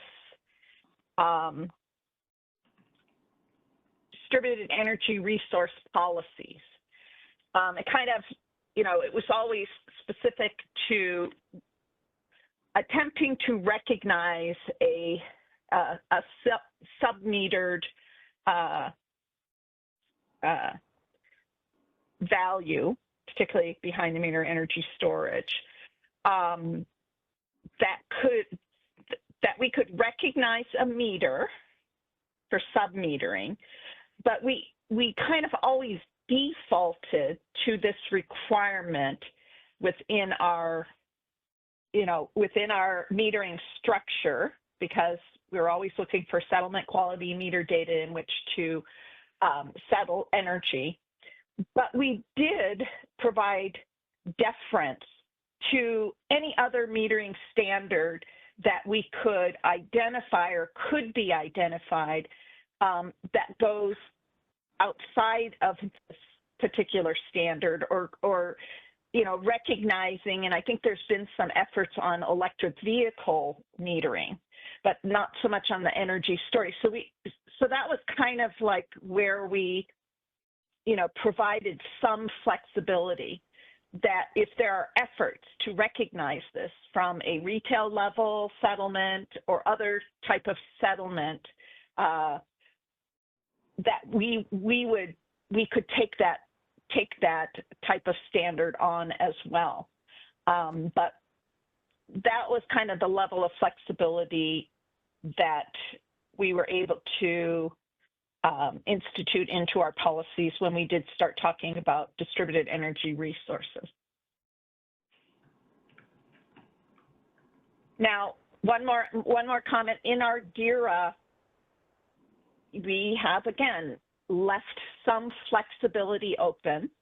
We shied away from developing a standard for distributed energy resources, and again, allowing for them to either comply with what the standards of the ANSI standards, or to look for new standards that are developing for measurement of energy from these type of devices or resources. We are not a standards body, and so that's why we never went down into developing our own standards. We're always kind of looking at standards that have developed and have come out of official standards bodies.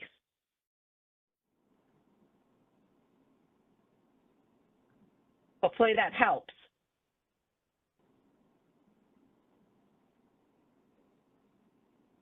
Thanks, Jill. Yeah, in the chat, Jill. Yeah, thanks, Jill. That's helpful from Jared. So I appreciate you jumping in there. Christina, do we have any additional hands or comments in the chat that I've missed here? I'm not seeing any questions or comments coming in at this time. Okay, very good. Maybe we could go forward What? Nope, we have one hand. Yes. Yep, From- let's go ahead and unmute and go ahead. Hello, can you hear me? We can now.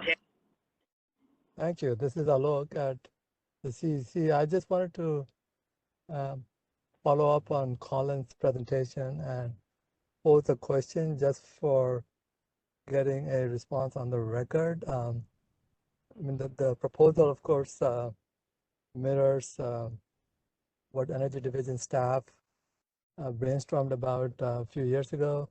So that part is fine, but the question is, CAISO has another market model, another PDR market model. What is it called? PDR load shift. Could you explain why that doesn't address the issues you're raising, Colin?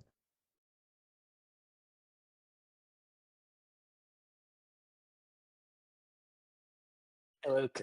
Are you referring to the issues with compensating exports?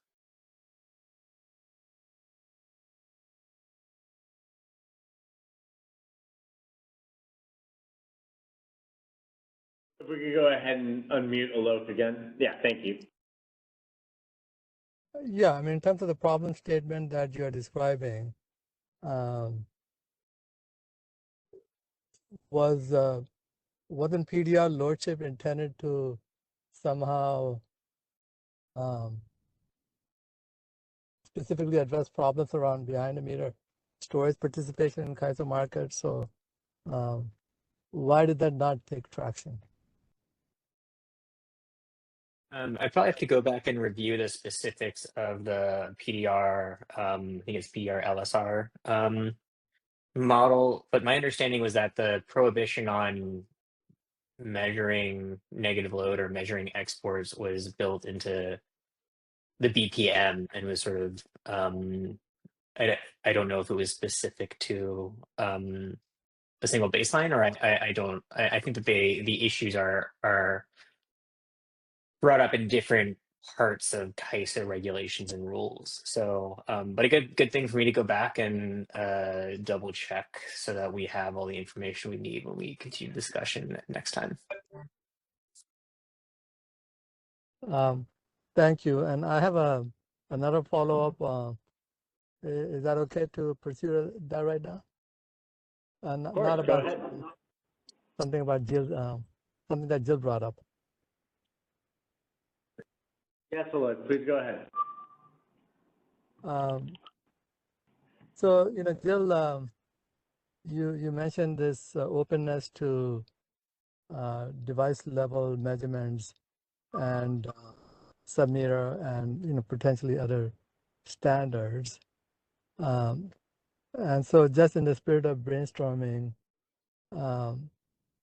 could that open up another potential solution to the problem that Colin is describing in the form of not a modified PDR, but a modified NGR model that relies on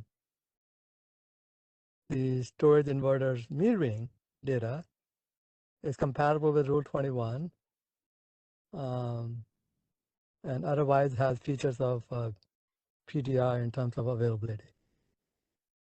That's a lot to digest there, but anyway, I wanted to follow your lead on, opening up the discussion around device level metering and submeters and other standards, and just pose the question that could another solution be added to this, the set of possible solutions in addition to the modified PDR to address the problem Colin is raising?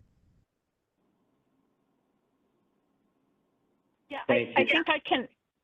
I go can ahead, Jill. help in that.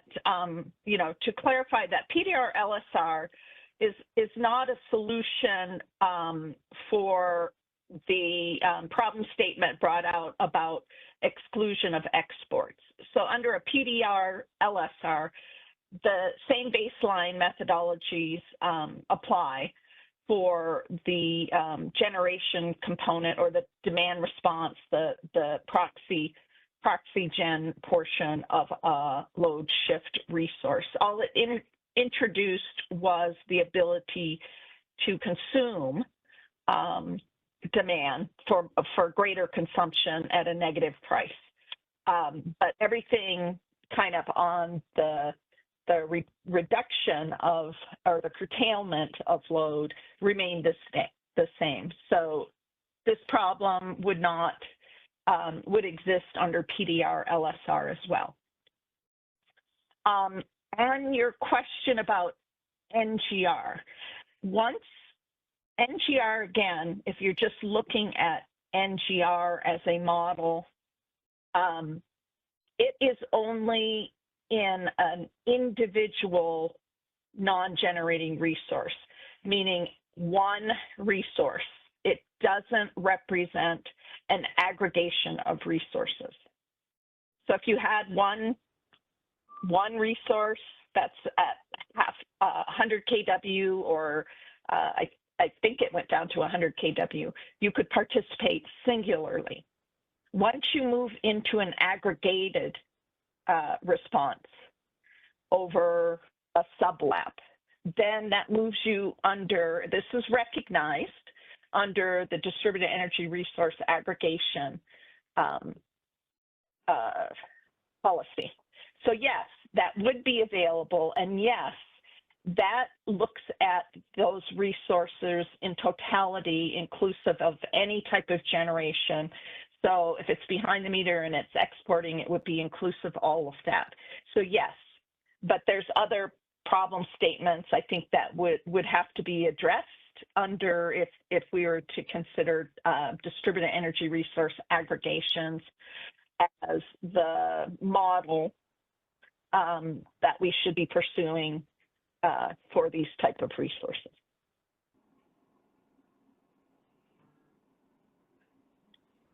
Now, one of the other items that I want to point out is these resources could be identified as individual resources owned outside of a load serving entity. But once you start talking about its impact as a demand response resource or just the curtailment, that's why PDR, and that's why Ansel kind of went over some of the level setting and how PDR was established to disconnect the aggregator from the load serving entity. So the aggregator doesn't own the load that it's curtailing. It's separated from the load serving entity. That's not the case in either the NGR or a DERA model.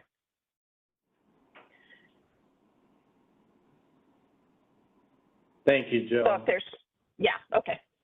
I think that's, and that might be a perfect segue as we kind of run up on time here into, you know, some of the additional or some of the level setting that we might be able to provide at the next session prior to us coming back to the community and presenting what we heard as the problem statements here.